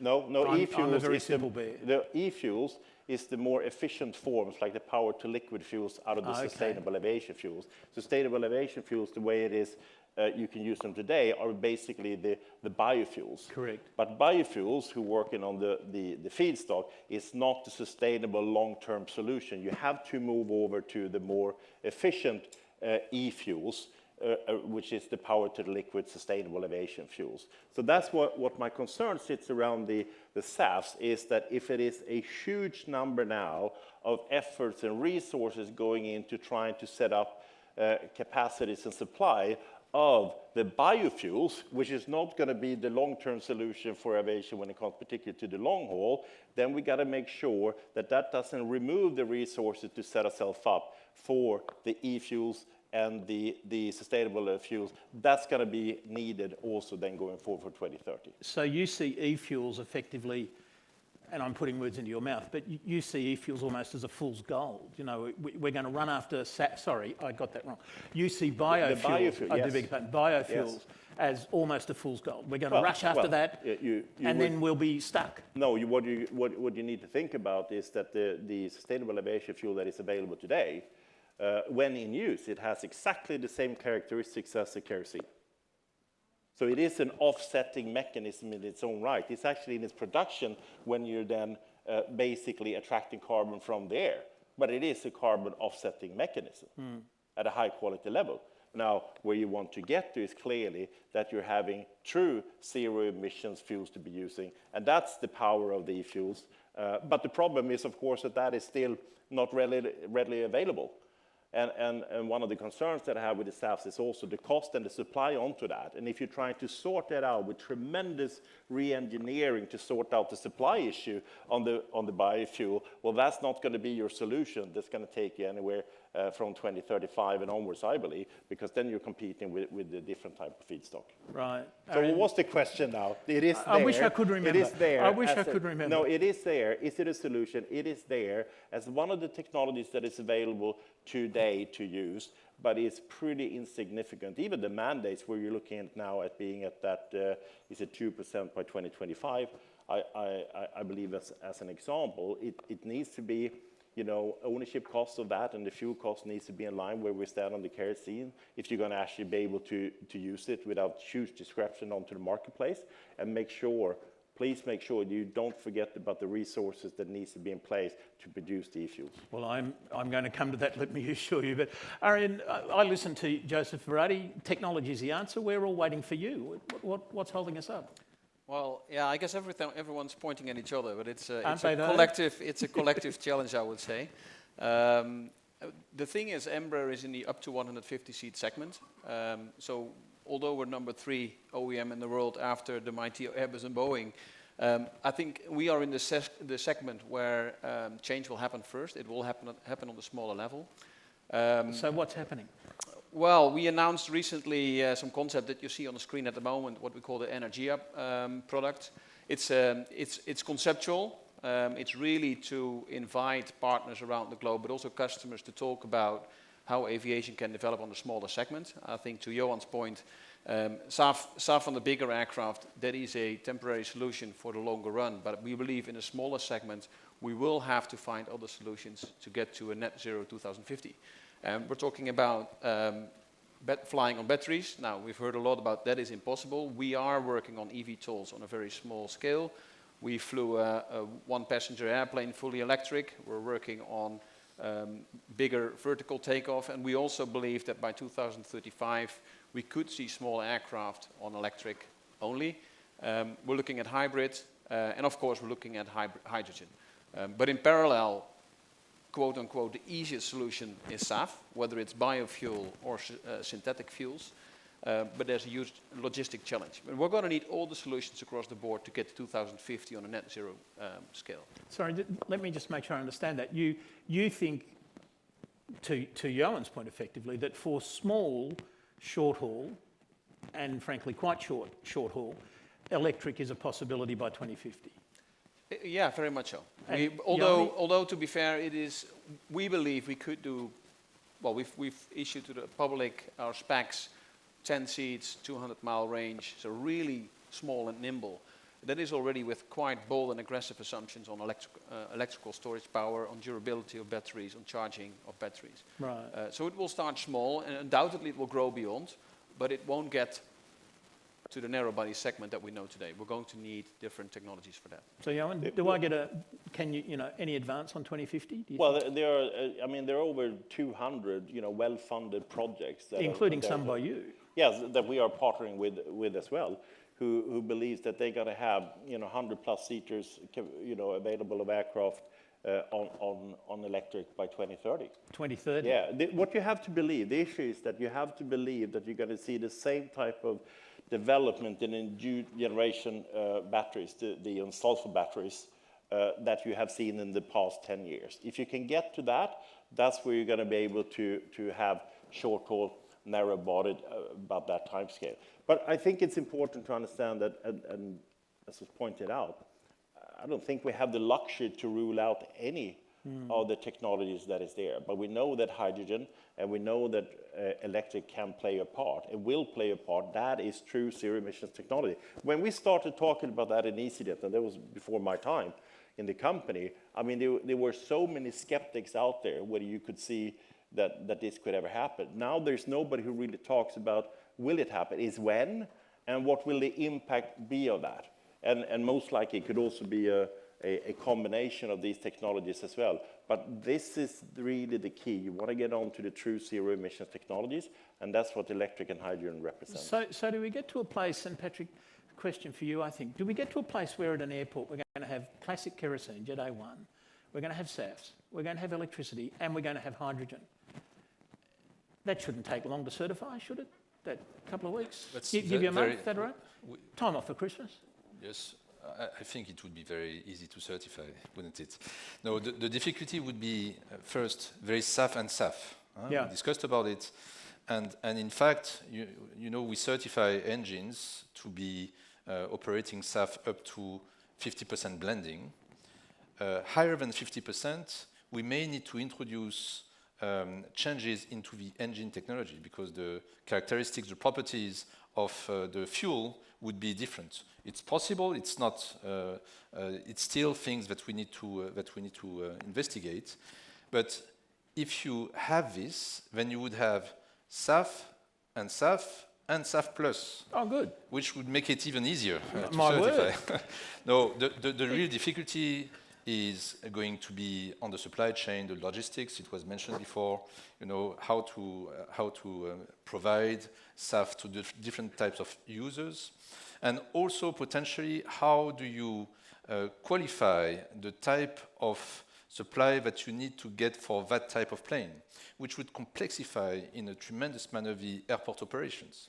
And I'm not even talking about, you know, the supply chain for hydrogen, which would need to be completely different altogether in terms of volume and in terms of also safety, you know, safety procedures and things like this. So, but everything is possible. All those, you know, are technical issues. I mean, the distribution of fuels on the airport, it's logistics. There are solutions, technical solutions to that. It would create complexity for sure. It would create some risks in terms of safety, but that's something that we can manage. And to think Olivier chose Cancun rather than to have this conversation about what to do at an airport. It is going to be complex, isn't it? I mean, does it bother you, Johan, as an operator? Are you going to fly into an airport with... Yeah, it bothers you. I'm also sure it's not a very helpful feeling bothered about it. You'd rather do something about it. And you take a look at the Destination 2050 roadmap that they for you produced here in February. You know, that clearly sets out that there is a way on how the industry can decarbonize and reach a net zero. And one of the concerns it pings a lot of hope on hydrogen, doesn't it? Part of it is partly hydrogen, yeah, all of it. But I think as was mentioned earlier here in the forum, you know, there's everybody needs to come together to try to work on this one. There is a huge amount of things that needs to happen, but I think what was so positive in that one, the Destination 2050, is that it works also as a blueprint for others to follow, which puts a lot of actions and initiatives together that can make that happen. And one of the concerns I have, particularly around government and government support, or rather lack of support on that, is the following. And I think it was clear when the Fit for 55 came out that because the aviation industry doesn't easily decarbonize, and the whole idea that the only technologies or measures that are in place right now are rather economic measures, taxation. You know, the idea that the aviation is undertaxed, you know, it doesn't really make any sense at all. I mean, A4E members are paying over 5 billion euros of ticket taxes. And if you then on top of that are starting to add then the ETSs, and then you're talking about a kerosene tax in itself, you are basically doing two things. One, you're removing funds, investments, that particularly in the light of what we've been going through over the pandemic and the hit everybody's been taking, would be so needed to do further investment into transition into these technologies. And secondly, we got zero visibility of what those taxes are doing in terms of decarbonization, even in the first place. Although, of course, they do pay for the roads that get your passengers to the airport and stuff like that. I mean, publication, sanitation, public health, what have taxation? They do, but in terms of what you want to do, in terms of helping us and supporting us decarbonizing.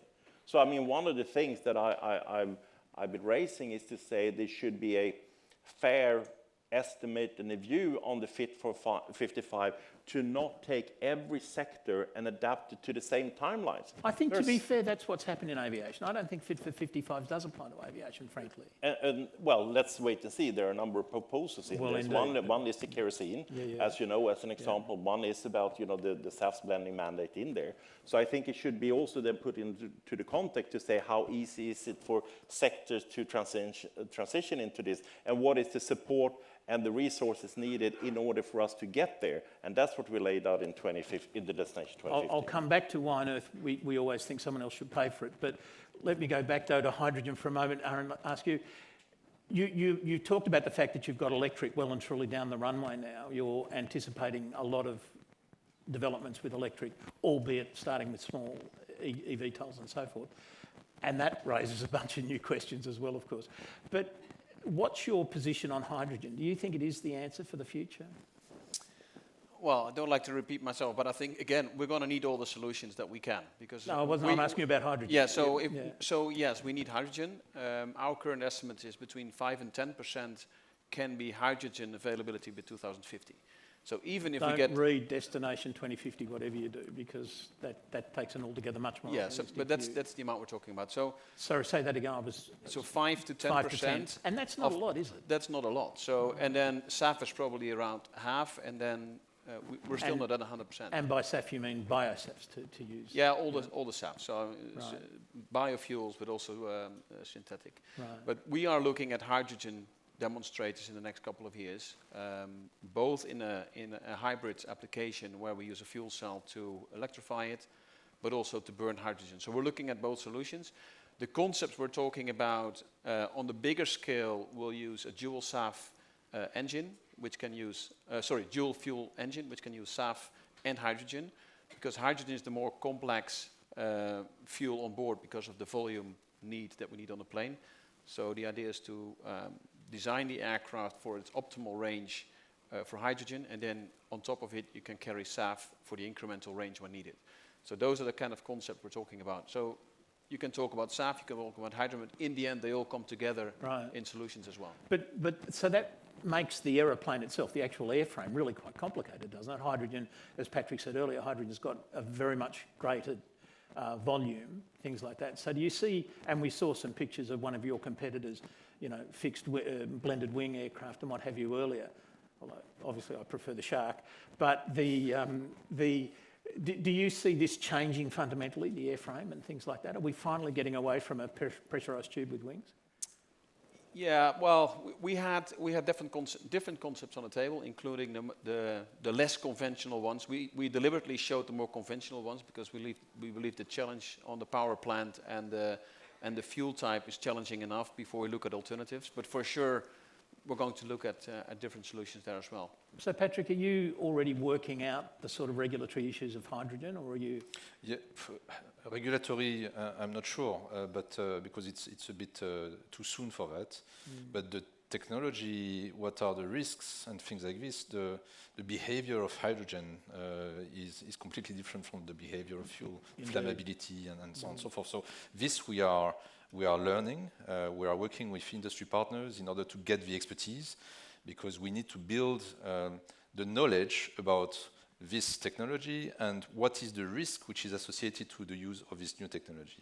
So that's really something which is not easy to take into account, and it will take years before we can really understand enough of the new technology so that we can take a step back and say, okay, we understand the technology, and therefore we understand where the risk is, because our role is to look at the risk. Sure. Maybe one point which because when you look at modernization, innovation in aviation, in the last 100 years, let's say, it's always come from the industry itself.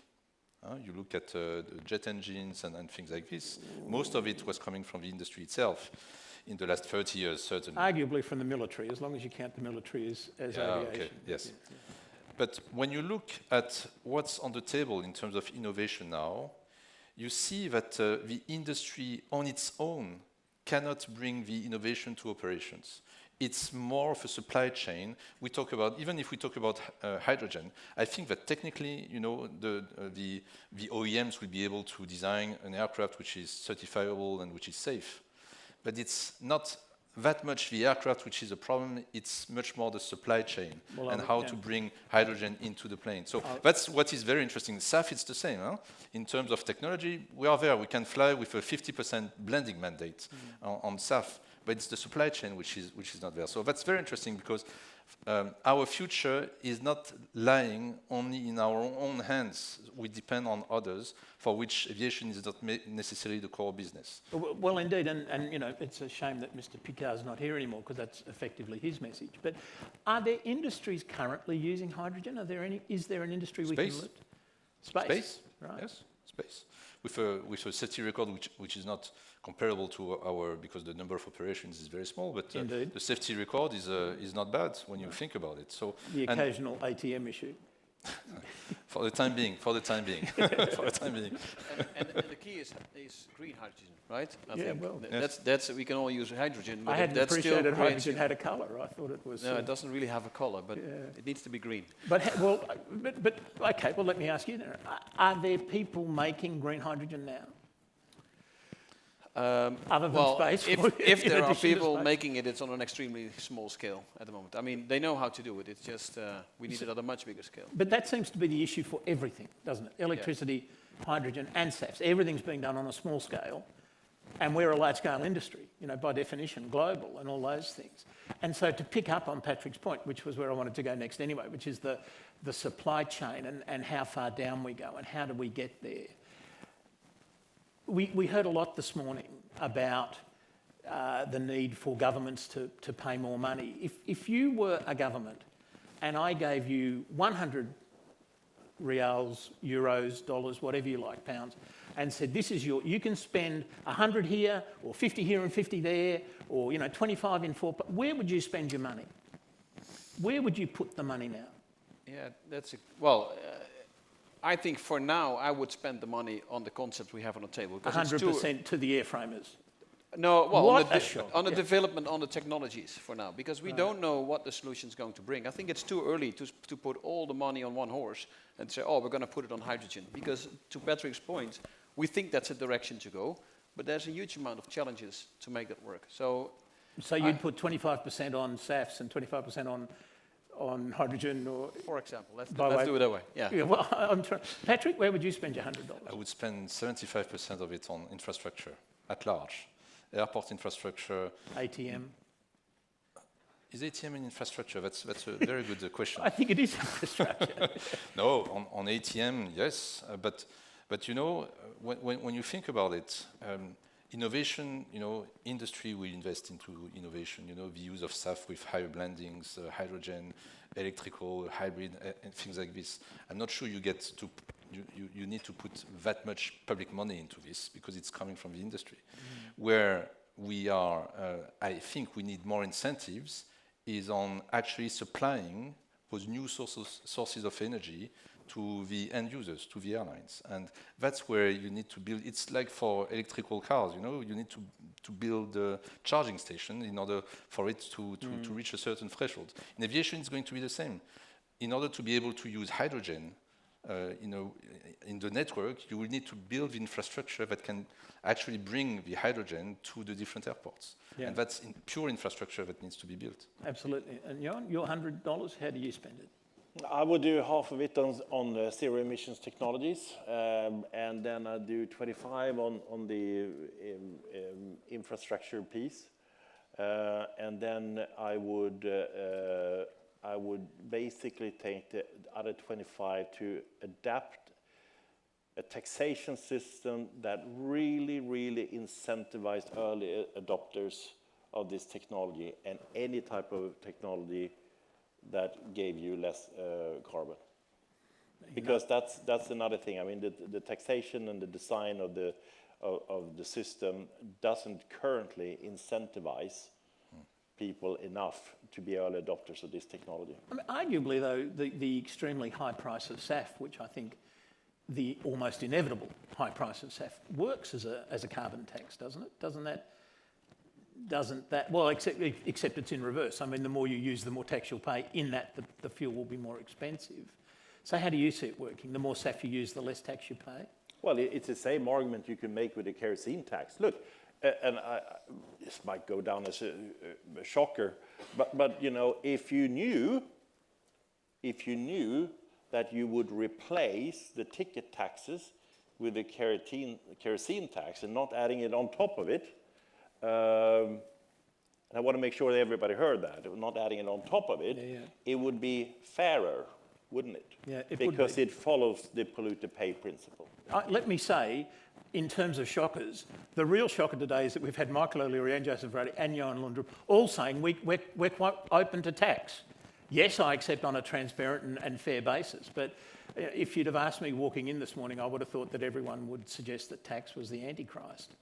No, I mean, and it's never been. I mean, that's false at all. you know, of course, there's a cost on how you're operating it. But you know, in the scheme of the debate about my concern for the short-term measures being so focused on the economic measures rather than the investments into these type of technologies, they also need to design and set up a that is according to polluter pay principle that should be covering the emissions that is at stake and not only pinpointing certain things, because one would tend to believe, well, if you don't do that, there will be carbon leakage over there.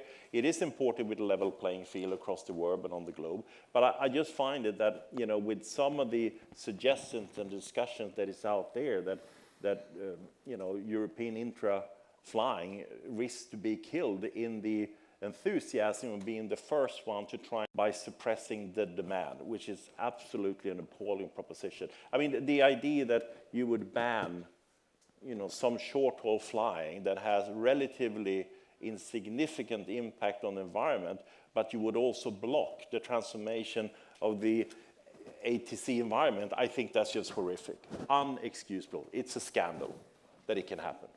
What do you mean block the ATC environment? I love anything. Well, we know the single European sky, the CES2 plus, you know, proposal is there, ready to be implemented. It would remove up 10% of the carbon emission today. In easyJet's network, 15%.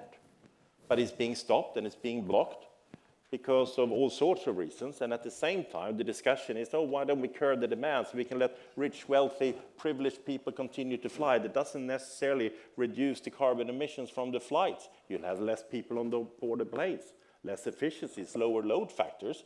But who's going to pay for that? Well, people who aren't that privileged, that since the deregulation was able to start enjoying this service. I think it's appalling. Shame. No, don't hold back. What do you actually think? What I think is that actually, I'll take it again.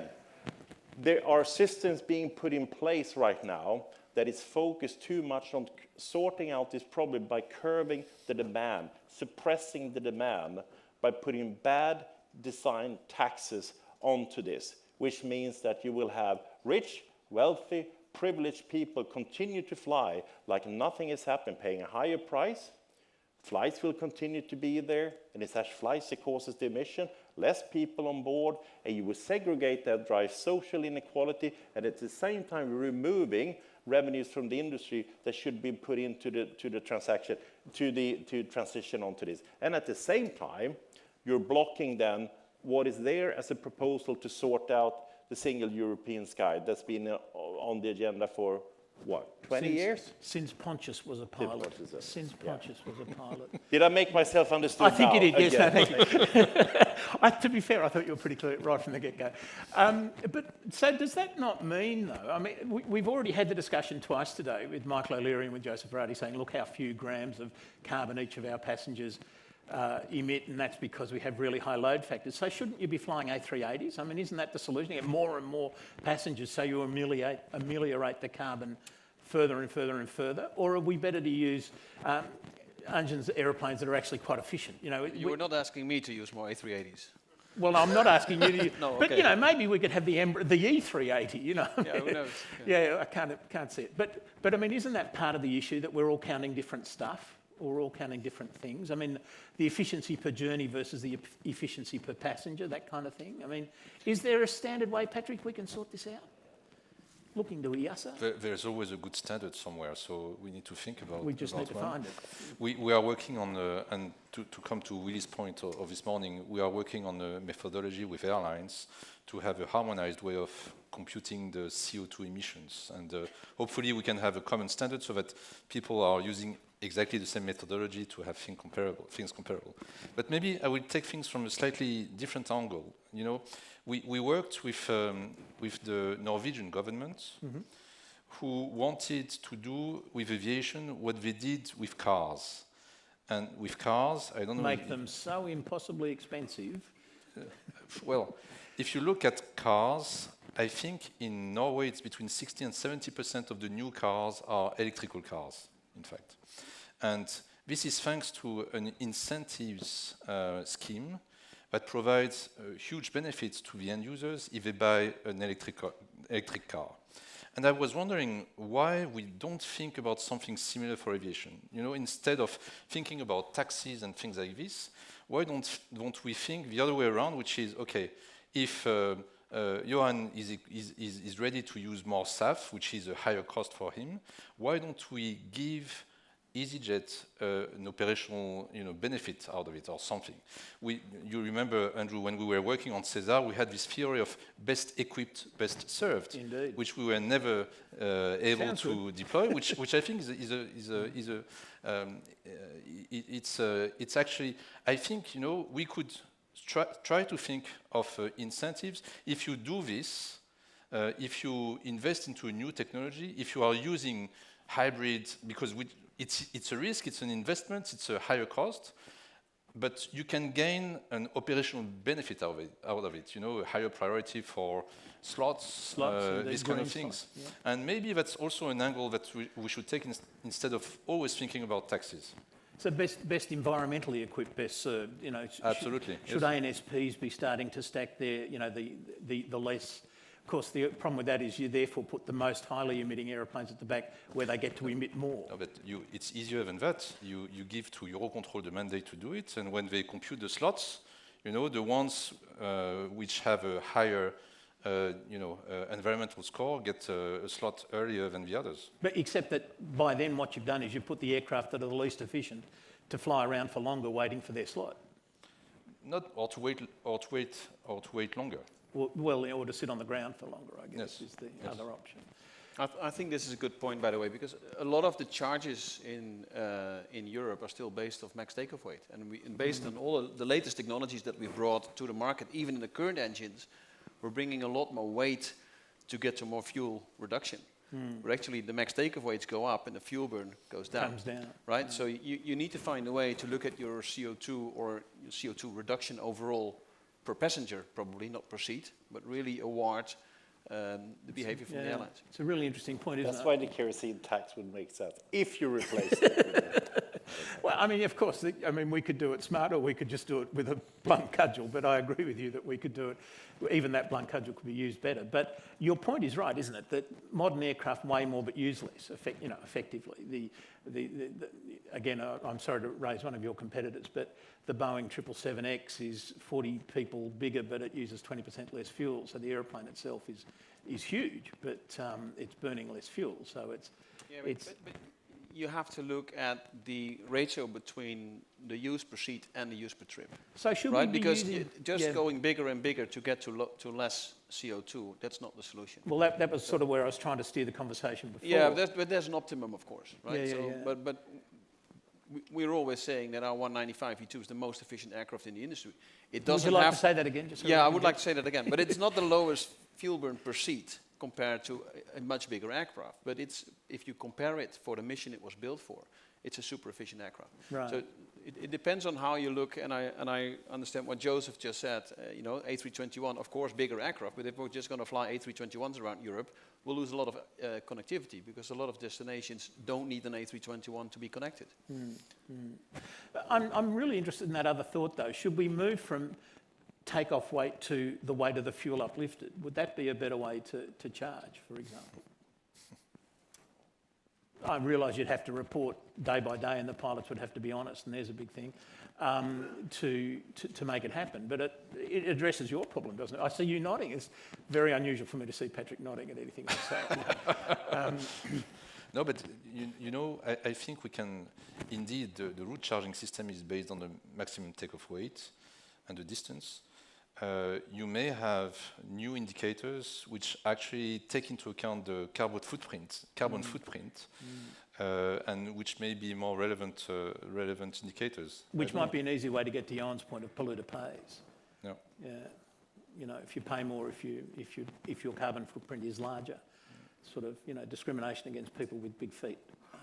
I was not in favour of that myself, but. Okay, so we've got about 5 minutes before we get to questions, and I'm determined to get to infrastructure if it kills me. Can we talk ATM for a minute? I mean, Aaron, can your aircraft self-separate? Sorry, can I microphone? Can you self-separate? Do we need ATM at all? I mean, we heard from the gentleman from Panzer first thing this morning that his government said that they were obliged to keep the airspace open because there might be an aeroplane flying through.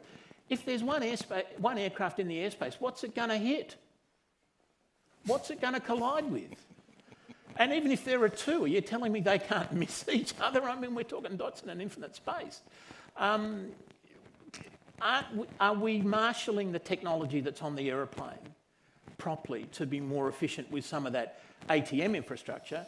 And then, as my second question, are we marshalling some of the technology that's on the aeroplane to better use the infrastructure on the ground as well? To what extent is that the interface? Well, first of all, I'm not an ATM specialist, but what I do know You're is amongst friends here. There's many ATM specialists here. I'm sure that the technology on the airplane can do a lot more. But also I'm sure that it's not the strongest link that determines the system, it's the weakest link. So you need to get the whole system equipped with that latest technology. If we look at what our most modern aircraft can do, you know, you can do a lot of things that we're not doing today. Yeah. Right? So. Yeah. But I think the routing in Europe, I mean, if that's another different issue, of course. Apart from the separation, I think there's a lot of low-hanging fruit that we can get together. You know, separations established in 1945 using DC-3s. It's bizarre. It's an outrage. The size of the blip on the radar. That's indeed. And how quickly a DC-3 can clear the runway and all that kind of stuff. Would you like to see your pilots doing more of or your aircraft doing more of the work? Yeah, and it can. The technology that is available isn't being used at all the places. Which is an outrage. Yeah, it is. It is. And you actually you pay for it at the time you buy the equipment, but then you can't use it in all its jurisdictions because in some cases people aren't trained for it. The equipment might be there, but they aren't trained for it.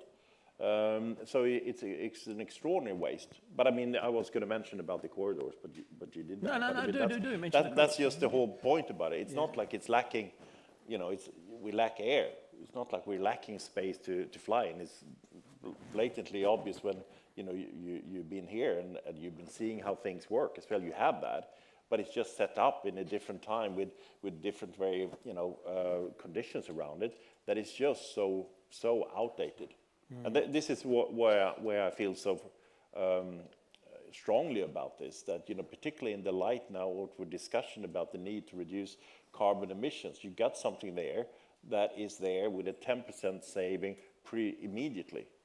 And to have some member states then just saying, well, we don't want to do that, or doesn't feel like doing that, then, well, how big is the crisis? Something's got to give sometimes. Indeed. Do you see the sort of infrastructure at the airport, if we're going to go to electric aeroplanes in whatever format, are we going to need charging points? Are we going to have to just plug the aeroplane in, pull it up and put our credit card in it and plug it in? Is that the sort of infrastructure we're talking about, or is it a massive change, do you think? Are we going to need high voltage cables? I think there will be less plugging on the plane. It will be exchanging batteries on the plane, right? You don't want to have your expensive assets sitting there waiting to be charged. So changing batteries is the easier way. And that'll be charged off-site and trucked back in. Right. Does that make sense to you, Patrick? Then? Yes, I think it does make sense. We could have, with different levels of SAF, different pipes or things like this at the same position. But you don't mix hydrogen and fuel and electricity. Where's your sense of fun? Usually you don't do that. You'd get some real propulsion then, wouldn't you? Yes. I mean, that's what they do in rockets, just to be honest. Wow. And what other infrastructure issues should we be worrying about, do you think? No, but the ATM is a very good point. I think we can do much more with the current technologies. It was mentioned before, continuous descent approaches, that's very simple. You don't need new technology to do that. Extended arrival management, when you think that at some airports in Europe we are still having airborne holding, this is, in terms of environment, this is horrendous, I think.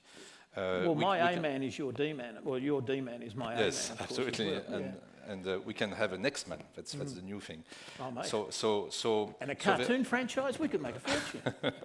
No, there are a number of things that the aircraft can do. The technology on board the aircraft can allow for very precise landings and things like this. And let's just make use of the current technology, the currently available technology. I think in ATM we can reach a much better level of efficiency with operations, new types of operations. Yeah. Well, so what about then, Mr. O'Leary, that Michael O'Leary this morning was talking about perhaps opening ATM to competition and trying to liberalise ATM things. Why don't we control airplanes like they're in the military? Why don't we control them by trajectory rather than by area? Wouldn't it be better? Military aircraft generally don't collide with each other, well, on the same team, We looked at it, when we launched the CESAR program. We looked at mission-based air traffic control, and it was so complicated, in fact, because then you had to assign a corridor to controllers, and then when you have corridors which are crossing, it gets very, very difficult when you have thousands of operations. So we decided that it was not necessarily the best way forward. But there can be ways in which we simplify, direct routing is already, free route airspace is already a major improvement compared to 10 years ago. Yeah. Right. So we've got just about 10 minutes left, I think. The gentleman's sitting in front of the clock.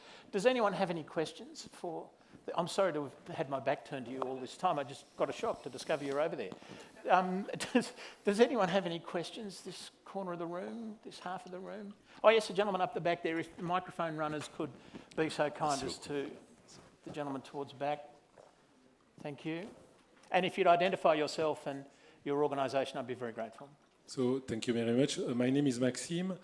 I'm the Chief Executive of Smart Airport Systems. Our company has 3 labeled solutions by Solar Impulse, all in the aviation sector. So basically we are offering airlines the 0 ground emissions, taking care of the APU and of the aircraft engine usage during the taxiing, 0 investment and no risk. We have been part of all these summits before.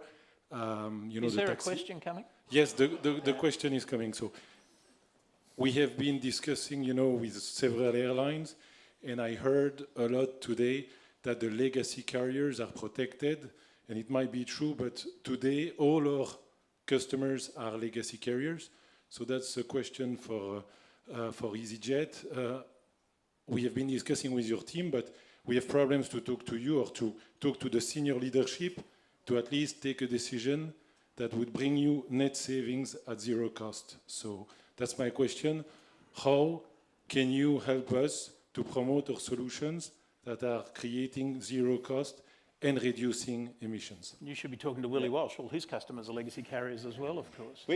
Just to say on that, we actually, I was in Bristol 4 weeks ago, where we did a trial on a 0 emissions turnaround, which basically reduced emissions with 97%, and that was primarily through suppliers such as yourself bringing on electric equipment in there.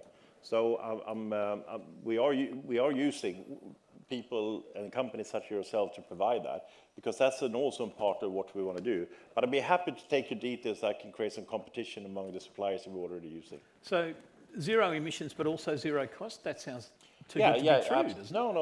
What you need to do, you basically, it's a lot of you're using ground equipment that are used on electric, and then you need to create then green energy to basically to charge that. But then there's a tremendous lot of small steps in process. I think we counted about 80 different steps on that whole turnaround that we've been addressing in order to reach a 0 emission turnaround. Right. Any problems with that, Patrick, from a safety perspective, to have these different systems running at an airport, various ground handlers doing different things? No, for the time being, we have not identified any kind of safety risk. And we are talking about the ground handling.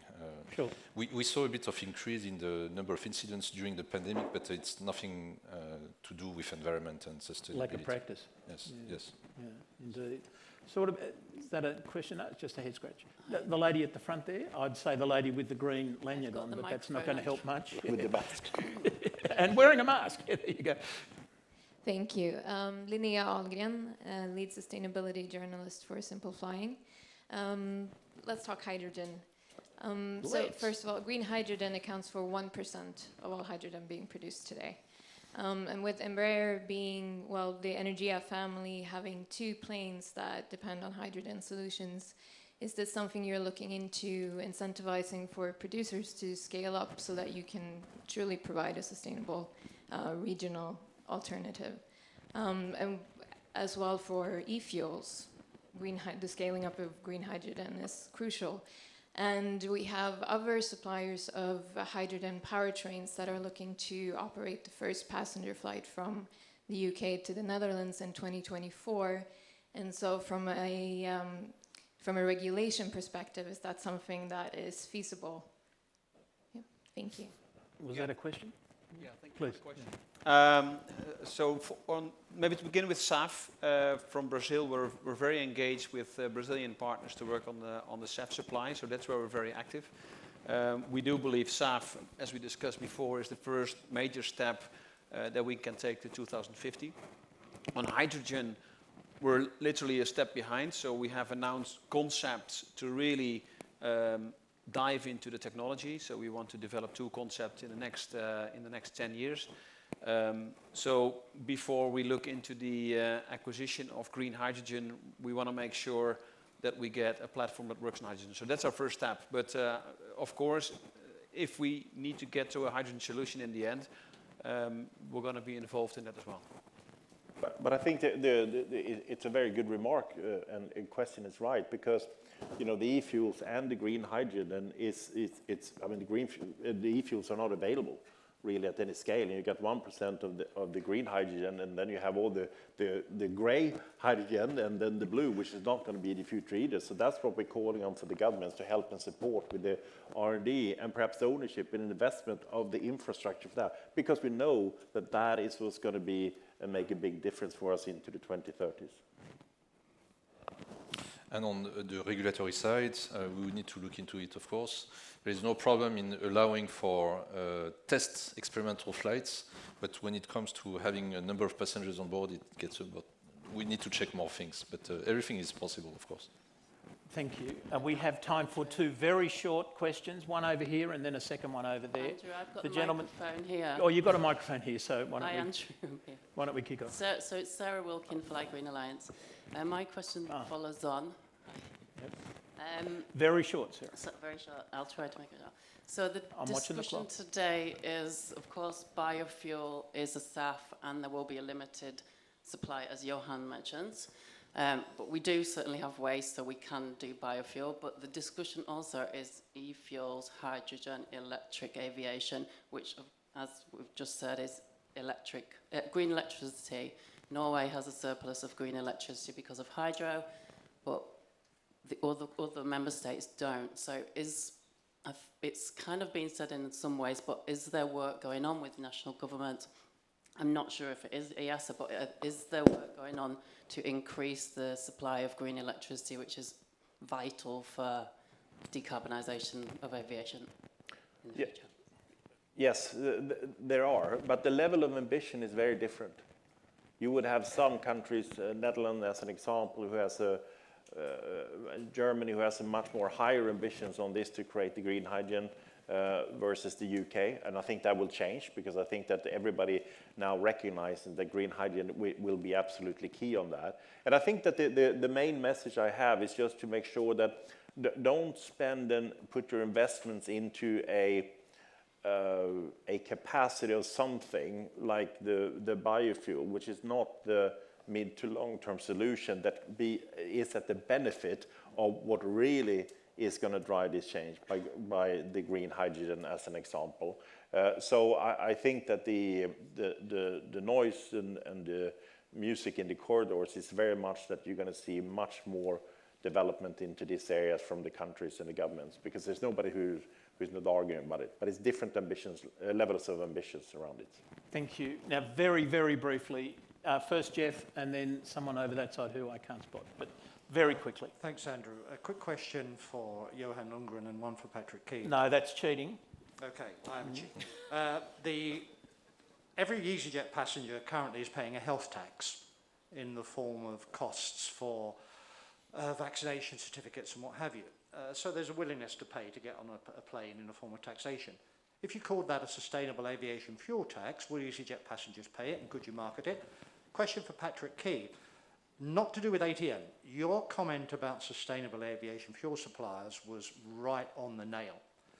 Why is it at an event like this we don't have Gevo, LanzaTech, BP, Fulcrum, and those kind of suppliers telling us what they need from governments and airlines in the industry? Thank you. I wouldn't be so sure to say that customers are willing to pay taxes on this. We know, for instance, when you're looking at the climate change being on top of people's mind, but the ability that consumers themselves as individuals would pay the cost would it take, for instance, for carbon offsetting projects that is ultimately doing the job, is very small. They expect companies to deal with it for you, and that's just the way it is. And I think that comes back to my criticism about the ticket taxes in general, that they are mainly there to be pocketed by national governments to cover deficits in their budgets. And health and education and those things. Patrick, there was a quick question for you with a quick answer. Very quick answer.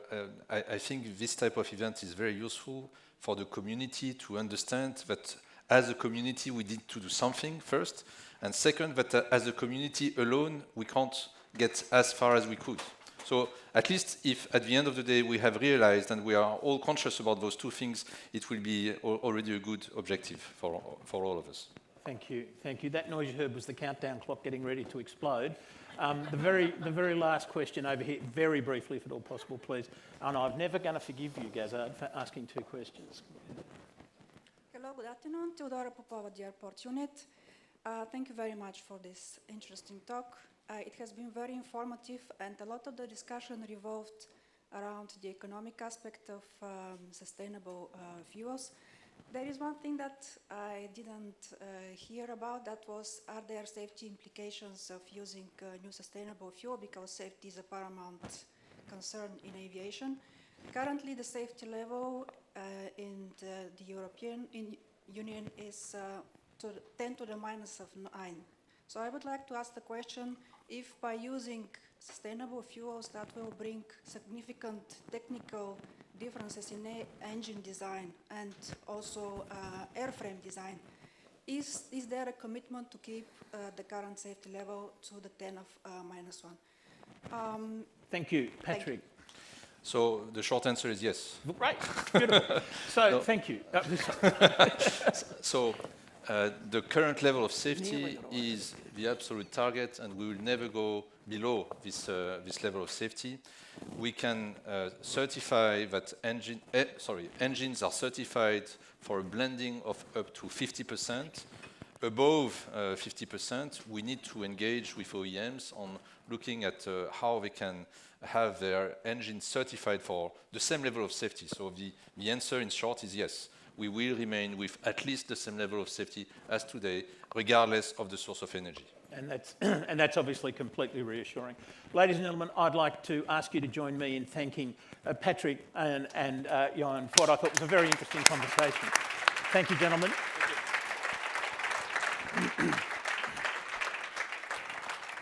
Thank you so much. Thanks. Thanks, Patrick. Cheers. Thanks, mate. Cheers. So now I'd like to invite the Director General of DG Move, Mr. Henrik Hololei, up to the stage. We are going to have a fireside chat, as you can see here, right beside we're supposed to be having a fireside chat, but there's no fire. So I apologise for that. And of course, what else do you need with a fireside chat? A glass of whiskey, I think, goes without saying. But sadly, we're not getting one of those either, but we are getting some water, so it's better than nothing. Henrik, if you'd like to come up and join me, I'd be very grateful. Please welcome Henrik. Funky music. Where do you want that one there? All right. Oops. Pull that forward. That's it. These new microphones weren't designed with mask technology. So Henrik, welcome. Thank you for joining us. I don't know what you thought of that last discussion, but we mentioned a couple of things that might be of interest to you: slots and ATC reform and SAFs. You know, what did you think of that conversation? Good afternoon. Leave aside the moderator. Yeah. Good afternoon, Andrew. Good afternoon, Always a Henrik. pleasure. Always a pleasure to have a conversation with you. Yeah. Well, you say that now. With or without the shock. Indeed. Mind you, you have got your head in the revolving engine there, so do be careful. Do be careful. Well, as long as it doesn't bite, I hope.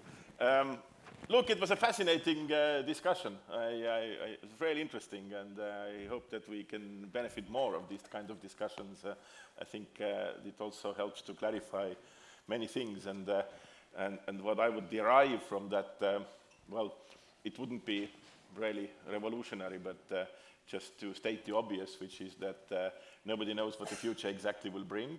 We cannot afford leaving anything behind. I think we need to keep all the options on the table, and every option that allows us to make aviation more sustainable is welcome, but a lot of work is still ahead. Innovation is a key, and I think that we are going to see fascinating developments, but I think we have to wait for quite some time in order to see them in reality. Do we? I mean, isn't the time for action last week?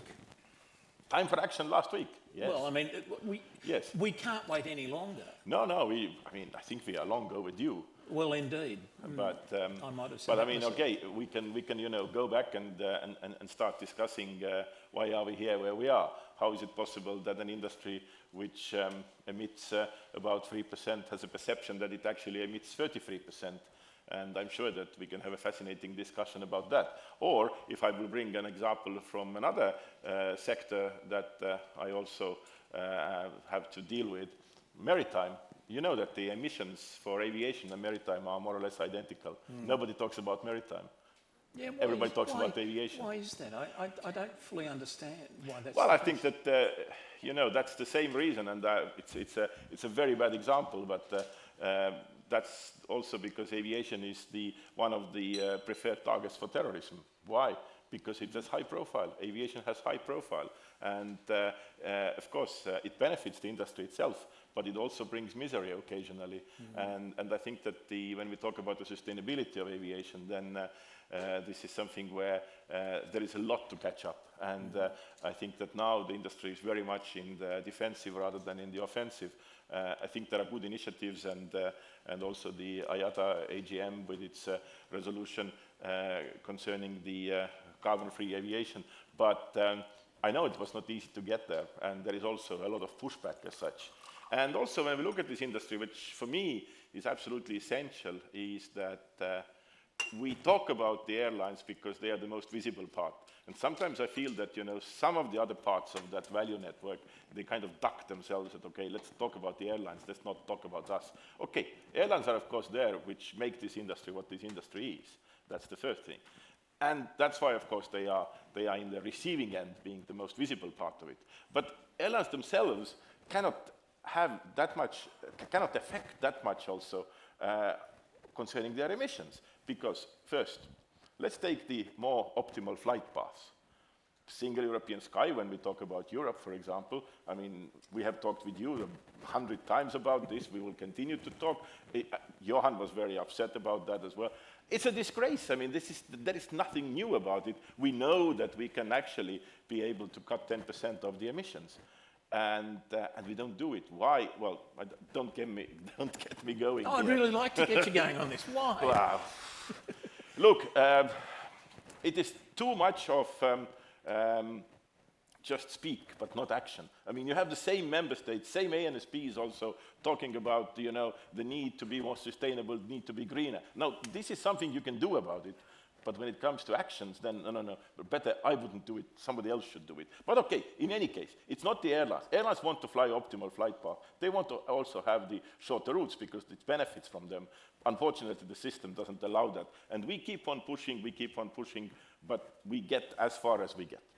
Then, of course, the manufacturing. And we also heard here from Embraer representative, and I mean, clear there are going to be more efficient aircraft, lighter airframes, there's going to be more efficient aircraft engines. But again, I mean, it's not the airlines who are manufacturing them, they are working together. But again, the thing is that they depend very much what is there in the market. What is there, what kind of money, brains have been put in the innovation, what comes out from that pipe in the end of the day. And I think that we can also know that for the next 10 years, we are not going to have much new type of aircraft. I'm sure we are going to have the new kids on the block, the drones, but this is different. And yes, we probably have some electric aircraft which are going to be able to move 10 passengers from one place to another. But I mean, there is not going to be a fundamental change. Maybe 2035, you know, we have the new technologies which everybody talks about. But as we also know with all these things, they don't come earlier, they usually come a little bit later. But okay, let's be optimistic, and for me the glass is half full. And of course then we come to the most favorite topic, which is the sustainable aviation fuels, well, which indeed. has been a lot talked about here, and rightly so, because also when I look at the different charts and when I look at the different predictions, then about 2/3 of the aviation emissions should be taken care of by the sustainable aviation fuels. And here I didn't specify for the moment also, I just said it on a more generic way because there was already quite an interesting discussion about the different types of sustainable aviation fuels. When we talk about it, I mean, today it's clear that the most important thing is that they really have to be sustainable biofuels at this stage. I mean, they have to be made of waste, they have to be made of advanced biofuels, or then we are talking about the e-fuels or the synthetic fuels. So, but again, they are not in the market. I mean, and then we talk about hydrogen, which will come one day in the market as long as it's also green hydrogen, which we don't produce today. So again, here we very much rely upon the fuel producers, and the fuel producers need to deliver that. So why I'm saying it all is that this is a challenge for the aviation value network, for the aviation industry more generally. It is no point of putting the airlines here in front because they are the most visible part. Every component has to deliver, and we also need every small bit that we can do in order to make this sector more sustainable. Oh, I couldn't agree more. Sorry. Yeah, there you go. Thank God it wasn't whiskey. That glass is not half full. The Irish would have killed me if it would have I'm been sorry, Irish that glass is not half full. I'm so sorry. Not at all, not at all. But you should have a break now and have a glass of something so I can get a word in. It's not often you get, you know, that Andrew Charlton doesn't get a word in edgeways. Yeah, it gets a shower as well. Yes, I was only joking about the shark, I really was. Let me ask you the question that I asked my previous panel. If I gave you €100 and said, this is your money to spend, we need an environmentally sound, environmentally sustainable aviation industry, where do you put it? Do you put 100% of it in SAFs? How do you spend it?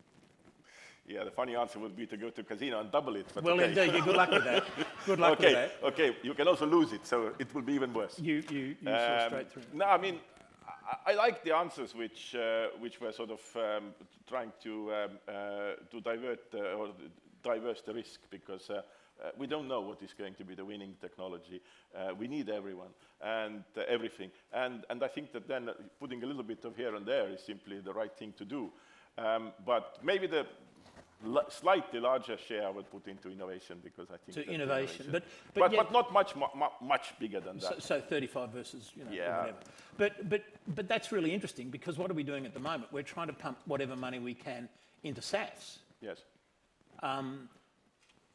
But I think everyone agrees that SAFs are going to be expensive, more expensive than Jet A1. For the foreseeable future and beyond the foreseeable, not that you can, but is that sort of kind of a tax? Look, tax is a tax. I mean, and well, except this is working to suppress demand. Yeah, I mean, it clearly adds cost. There is no doubt, but it also is for the good cause, which is to make the sector more sustainable. And I think what is very important is that what we have devised also in the Commission proposal, which some might say is not ambitious enough, but then again, we have done the reverse engineering, we have done the analysis, and that is also how we see the potential of scaling up. You know, I know I brought this example somewhere before, but you know, with the inflation, it's very easy to get inflation from 500 to 50 and from 50 to 10, but try to get it from 3 to 2, you know, very difficult. Here it's reverse. It's very difficult to get from the current 0.05% of use of SAFs to 1%. It's hell of a difficult. From 1 to 3 is also going to be very challenging. But once we get to 5, I mean, from 5 to 15, I think because for that, it also means that we have already scaled it up, we have the production in place, and then it is just sort of increasing the volume as long as the uptake is there. And that's why we have put the pressure on our refuel EU aviation. We have put the pressure on the fuel producers. The blending mandates are on the fuel producers. The airlines have the obligation to uptake. Airports have the obligation to make the fuel available. But of course, the point is that the airlines cannot uptake it. The fuel producers do not provide it. It's not a sort of mandate for the airlines. It is the mandate for the producers. And yes, I know that there are different views on that, because some would say that in the US, you know, you have the incentive system. Okay, let's see. I mean, again, there are different ways to do things. We have opted for this way. We have in general got the positive feedback from the industry as well. Also, what we have got the positive feedback is that our trajectory is realistic. If we would put 10% in 2025, there's a hell of a lot of ambition. But is there any brain then with it? Because, you know, if I would go to the restaurant and say, I'm going to have 2 steaks, they said, okay, yeah, that's quite ambitious. But if I go and say I'm going to eat all the steaks, then it means I have even more ambition, but is it sensible? Well, of course, I'm not able to do it, and that's the point. I've eaten with you before. That's the point here.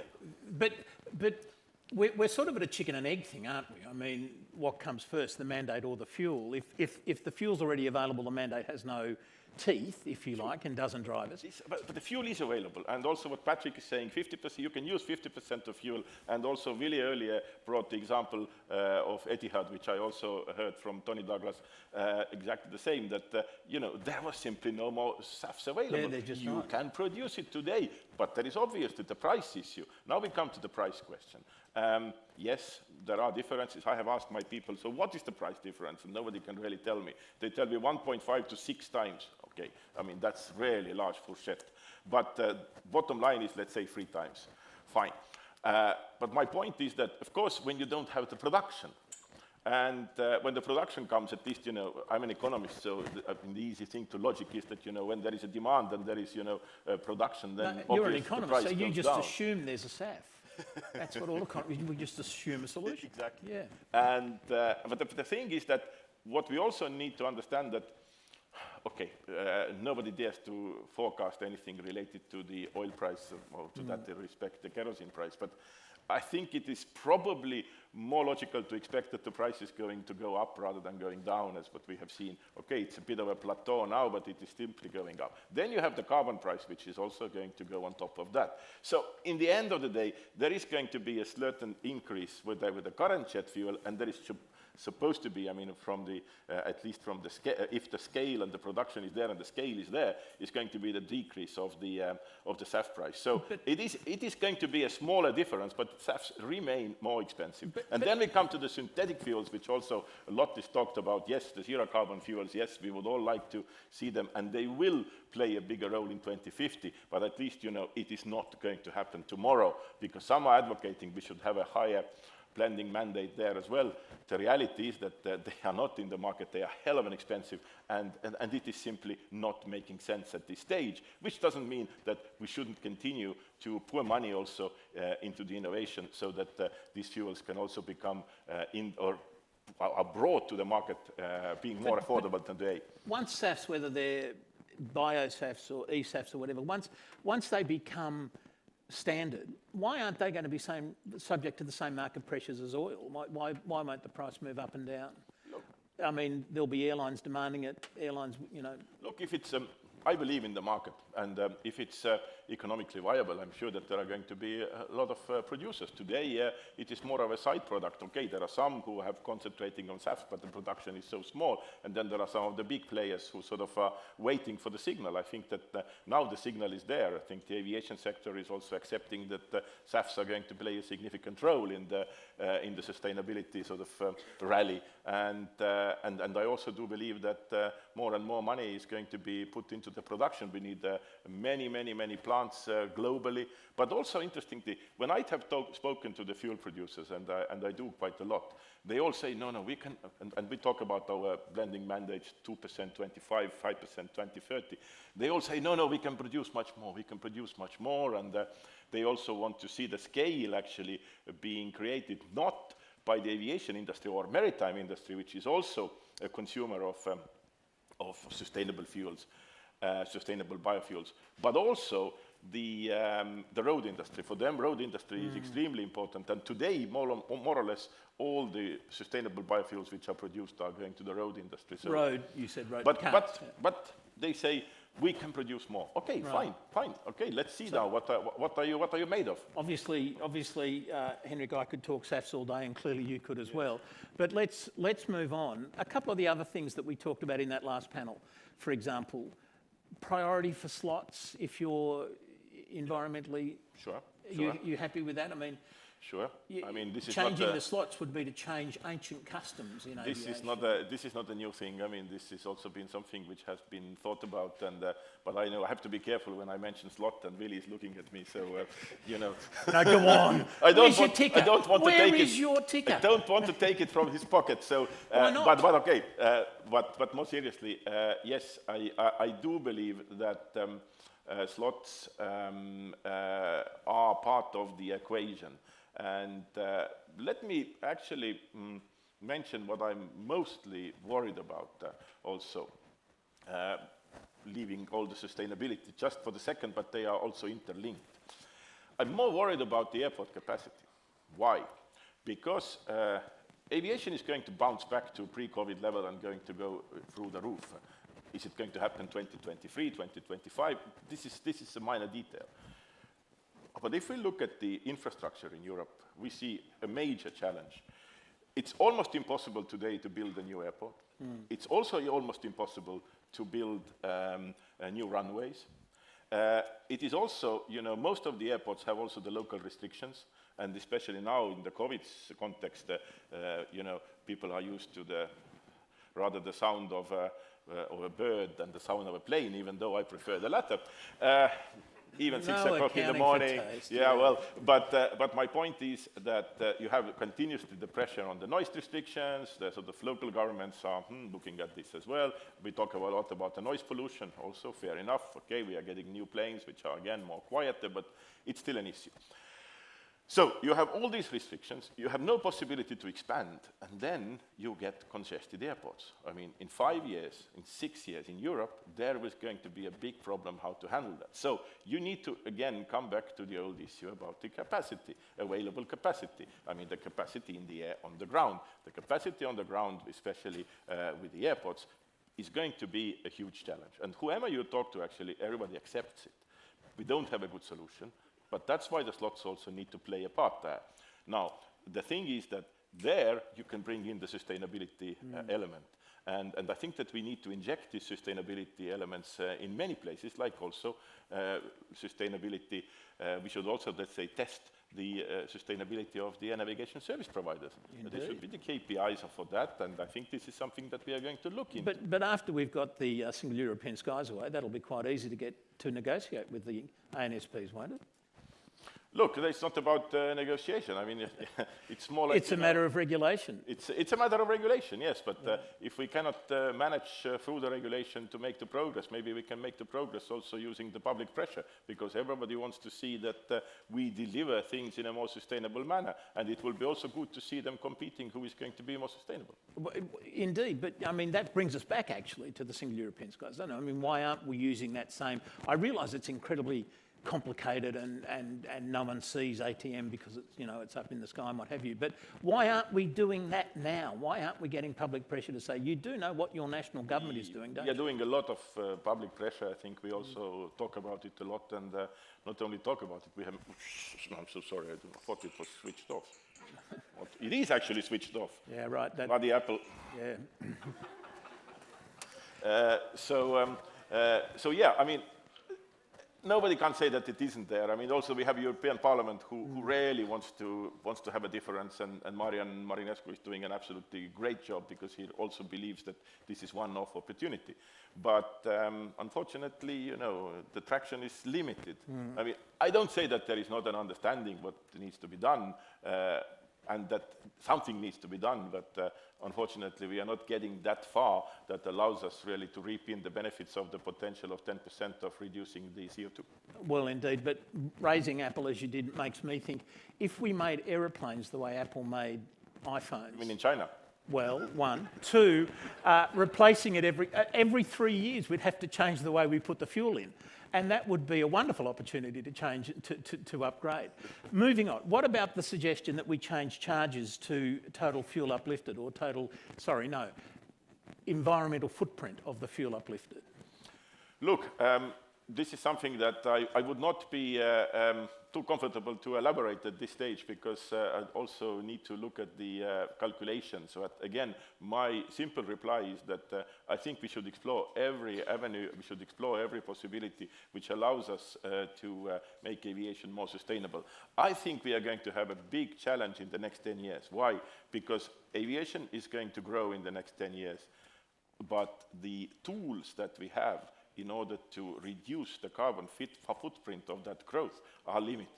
And single European sky is one of those kind of low-hanging fruits in Europe. And then all the rest what we can do, I think we should also jump on it, because after that we have more SAFs, we have more technologies. Things will then hopefully go more on its own weight. We need to get there. Well, indeed we do. The other thing, though, that we talked about a lot this morning, certainly Michael O'Leary talked about a lot, and Johan talked about a lot as well, is tax. Yes. We tax short-haul flying, we tax the European low-cost carriers, we tax the European citizen, but we don't tax the long-haul carriers. And I heard it so often this morning that I can now do this from memory, even though that represents 55% of all the flying, or of the emissions. Yeah. So why do we have such a skewed and unequal tax system that allows the legacy carriers with their hub and spoke model to get away with it, and the low-cost carriers not to get away with it? Look, I mean, the whole issue about the tax, and this is also not new. I mean, this has been part of the discussions for a long time. I didn't say any of this was new, Henrik. Nah, it's the solution. But now it's something which has been put on the table, and something which is now in the hands of the co-legislators, the member states and the parliament. So Commission has made its proposal. It is now also for those co-legislators to adjust what is going to be the outcome, and is there going to be a tax, and whom this tax is going to be applied to. I would say that we can definitely do things within our own jurisdiction, which is the European jurisdiction, which is also what is happening inside the EU. Things become much more complicated when we are talking about the potential extraterritorial application. But we're not, are we? If you taxed everybody for fuel uplift inside the European Union, whether they're going short haul or long haul, isn't that a European? Well, I think that this is something where we would also need ICAO to redefine a bit. Should take no time at all then. It should take no time at all. Yeah. This is the most fast-moving organization in the world. The zippiest, quickest. Yes. Yes. Do you know what ICAO stands for? I mean, you remember all the discussions we had on the ETS at the time, and I do. And of course, it was nobody wants them really to come back. So that's why we have been also very careful to craft things where we actually have the jurisdiction and let's say be much less forthcoming where this is more questionable. But my personal view is that we shouldn't discriminate. I mean, and I don't think that we should also discriminate those who are providing us the connectivity and flying. And I believe that we should treat everybody the same way. But it is just the limits that there are. And at the same time, it is very clear that the politicians, but not only the politicians, the people in general, and the politicians usually are the sort of the other end of the people's will, so to say. They see that something needs to be done, and that is something which is also rather visible, and something which shows that they take it seriously and they want this industry to deliver more. Maybe we wouldn't be in that situation if we wouldn't have had this perception concerning the aviation as a big emitter. And again, we can't change the past. I think now it is very important to engage, to discuss, and try to get things as much right as possible. Yeah, I mean, isn't it possible though to marshal the blah blah blah power and see if we can't use that sort of public support for some of these changes? Remains to be seen. Well, indeed, but I mean that's been the challenge that's been thrown out to us all day: is how do we work these perceptions? Yeah. And no, I mean, again, this is a way how to do it as well. I mean, I think we heard a lot of things which are actually in the making, which are in the planning. and which are going to make a big difference. And I think we need to talk more about it. I think we need to bring in also the other players, like it was, I think there was a question before about the fuel producers, for example, and say, look, guys, I mean, are you going to deliver this for us? Because we want to change. And we need to put the pressure to all of those who are part of this equation, which allows this industry to become more sustainable, because in the end of the day, we don't do it for the sake of doing it. We do it because there is also the point behind, which is the global warming and our contribution to the world's health. And this industry has historically been a responsible industry. And now I think it also has to show it. Well, absolutely, and I have to be a responsible moderator and note that we've run out of time. Already? Already, it goes so quickly, doesn't it? What with the fire and the whiskey and everything else. Yeah. Yes. Henrik, thank you so much for your time. Thank you for those answers. Please join me in thanking Henrik. Thanks, Henrik. Thanks a lot. My pleasure.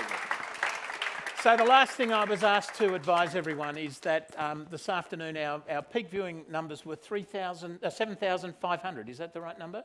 Yeah. 7,500 plus all of you in the room. Jacobo, over Thank you. So we're coming to the end of the EUROCONTROL Aviation Sustainability Summit. I would like, first of all, to thank all the panelists, the experts, the participants. A special thanks, of course, to Kathy and to Andrew for their incredible job.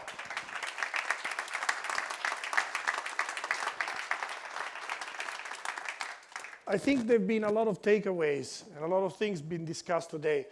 But I think what comes overall as most important is that there's a call for more proactive and quick action throughout the value chain of aviation and even beyond. And here, EUROCONTROL will continue to foster and to continue to play an active role in supporting all the discussions in the next future. So thank you very much for everybody for attending, the colleagues who have attended through online, and I wish everyone a great evening. Thank you.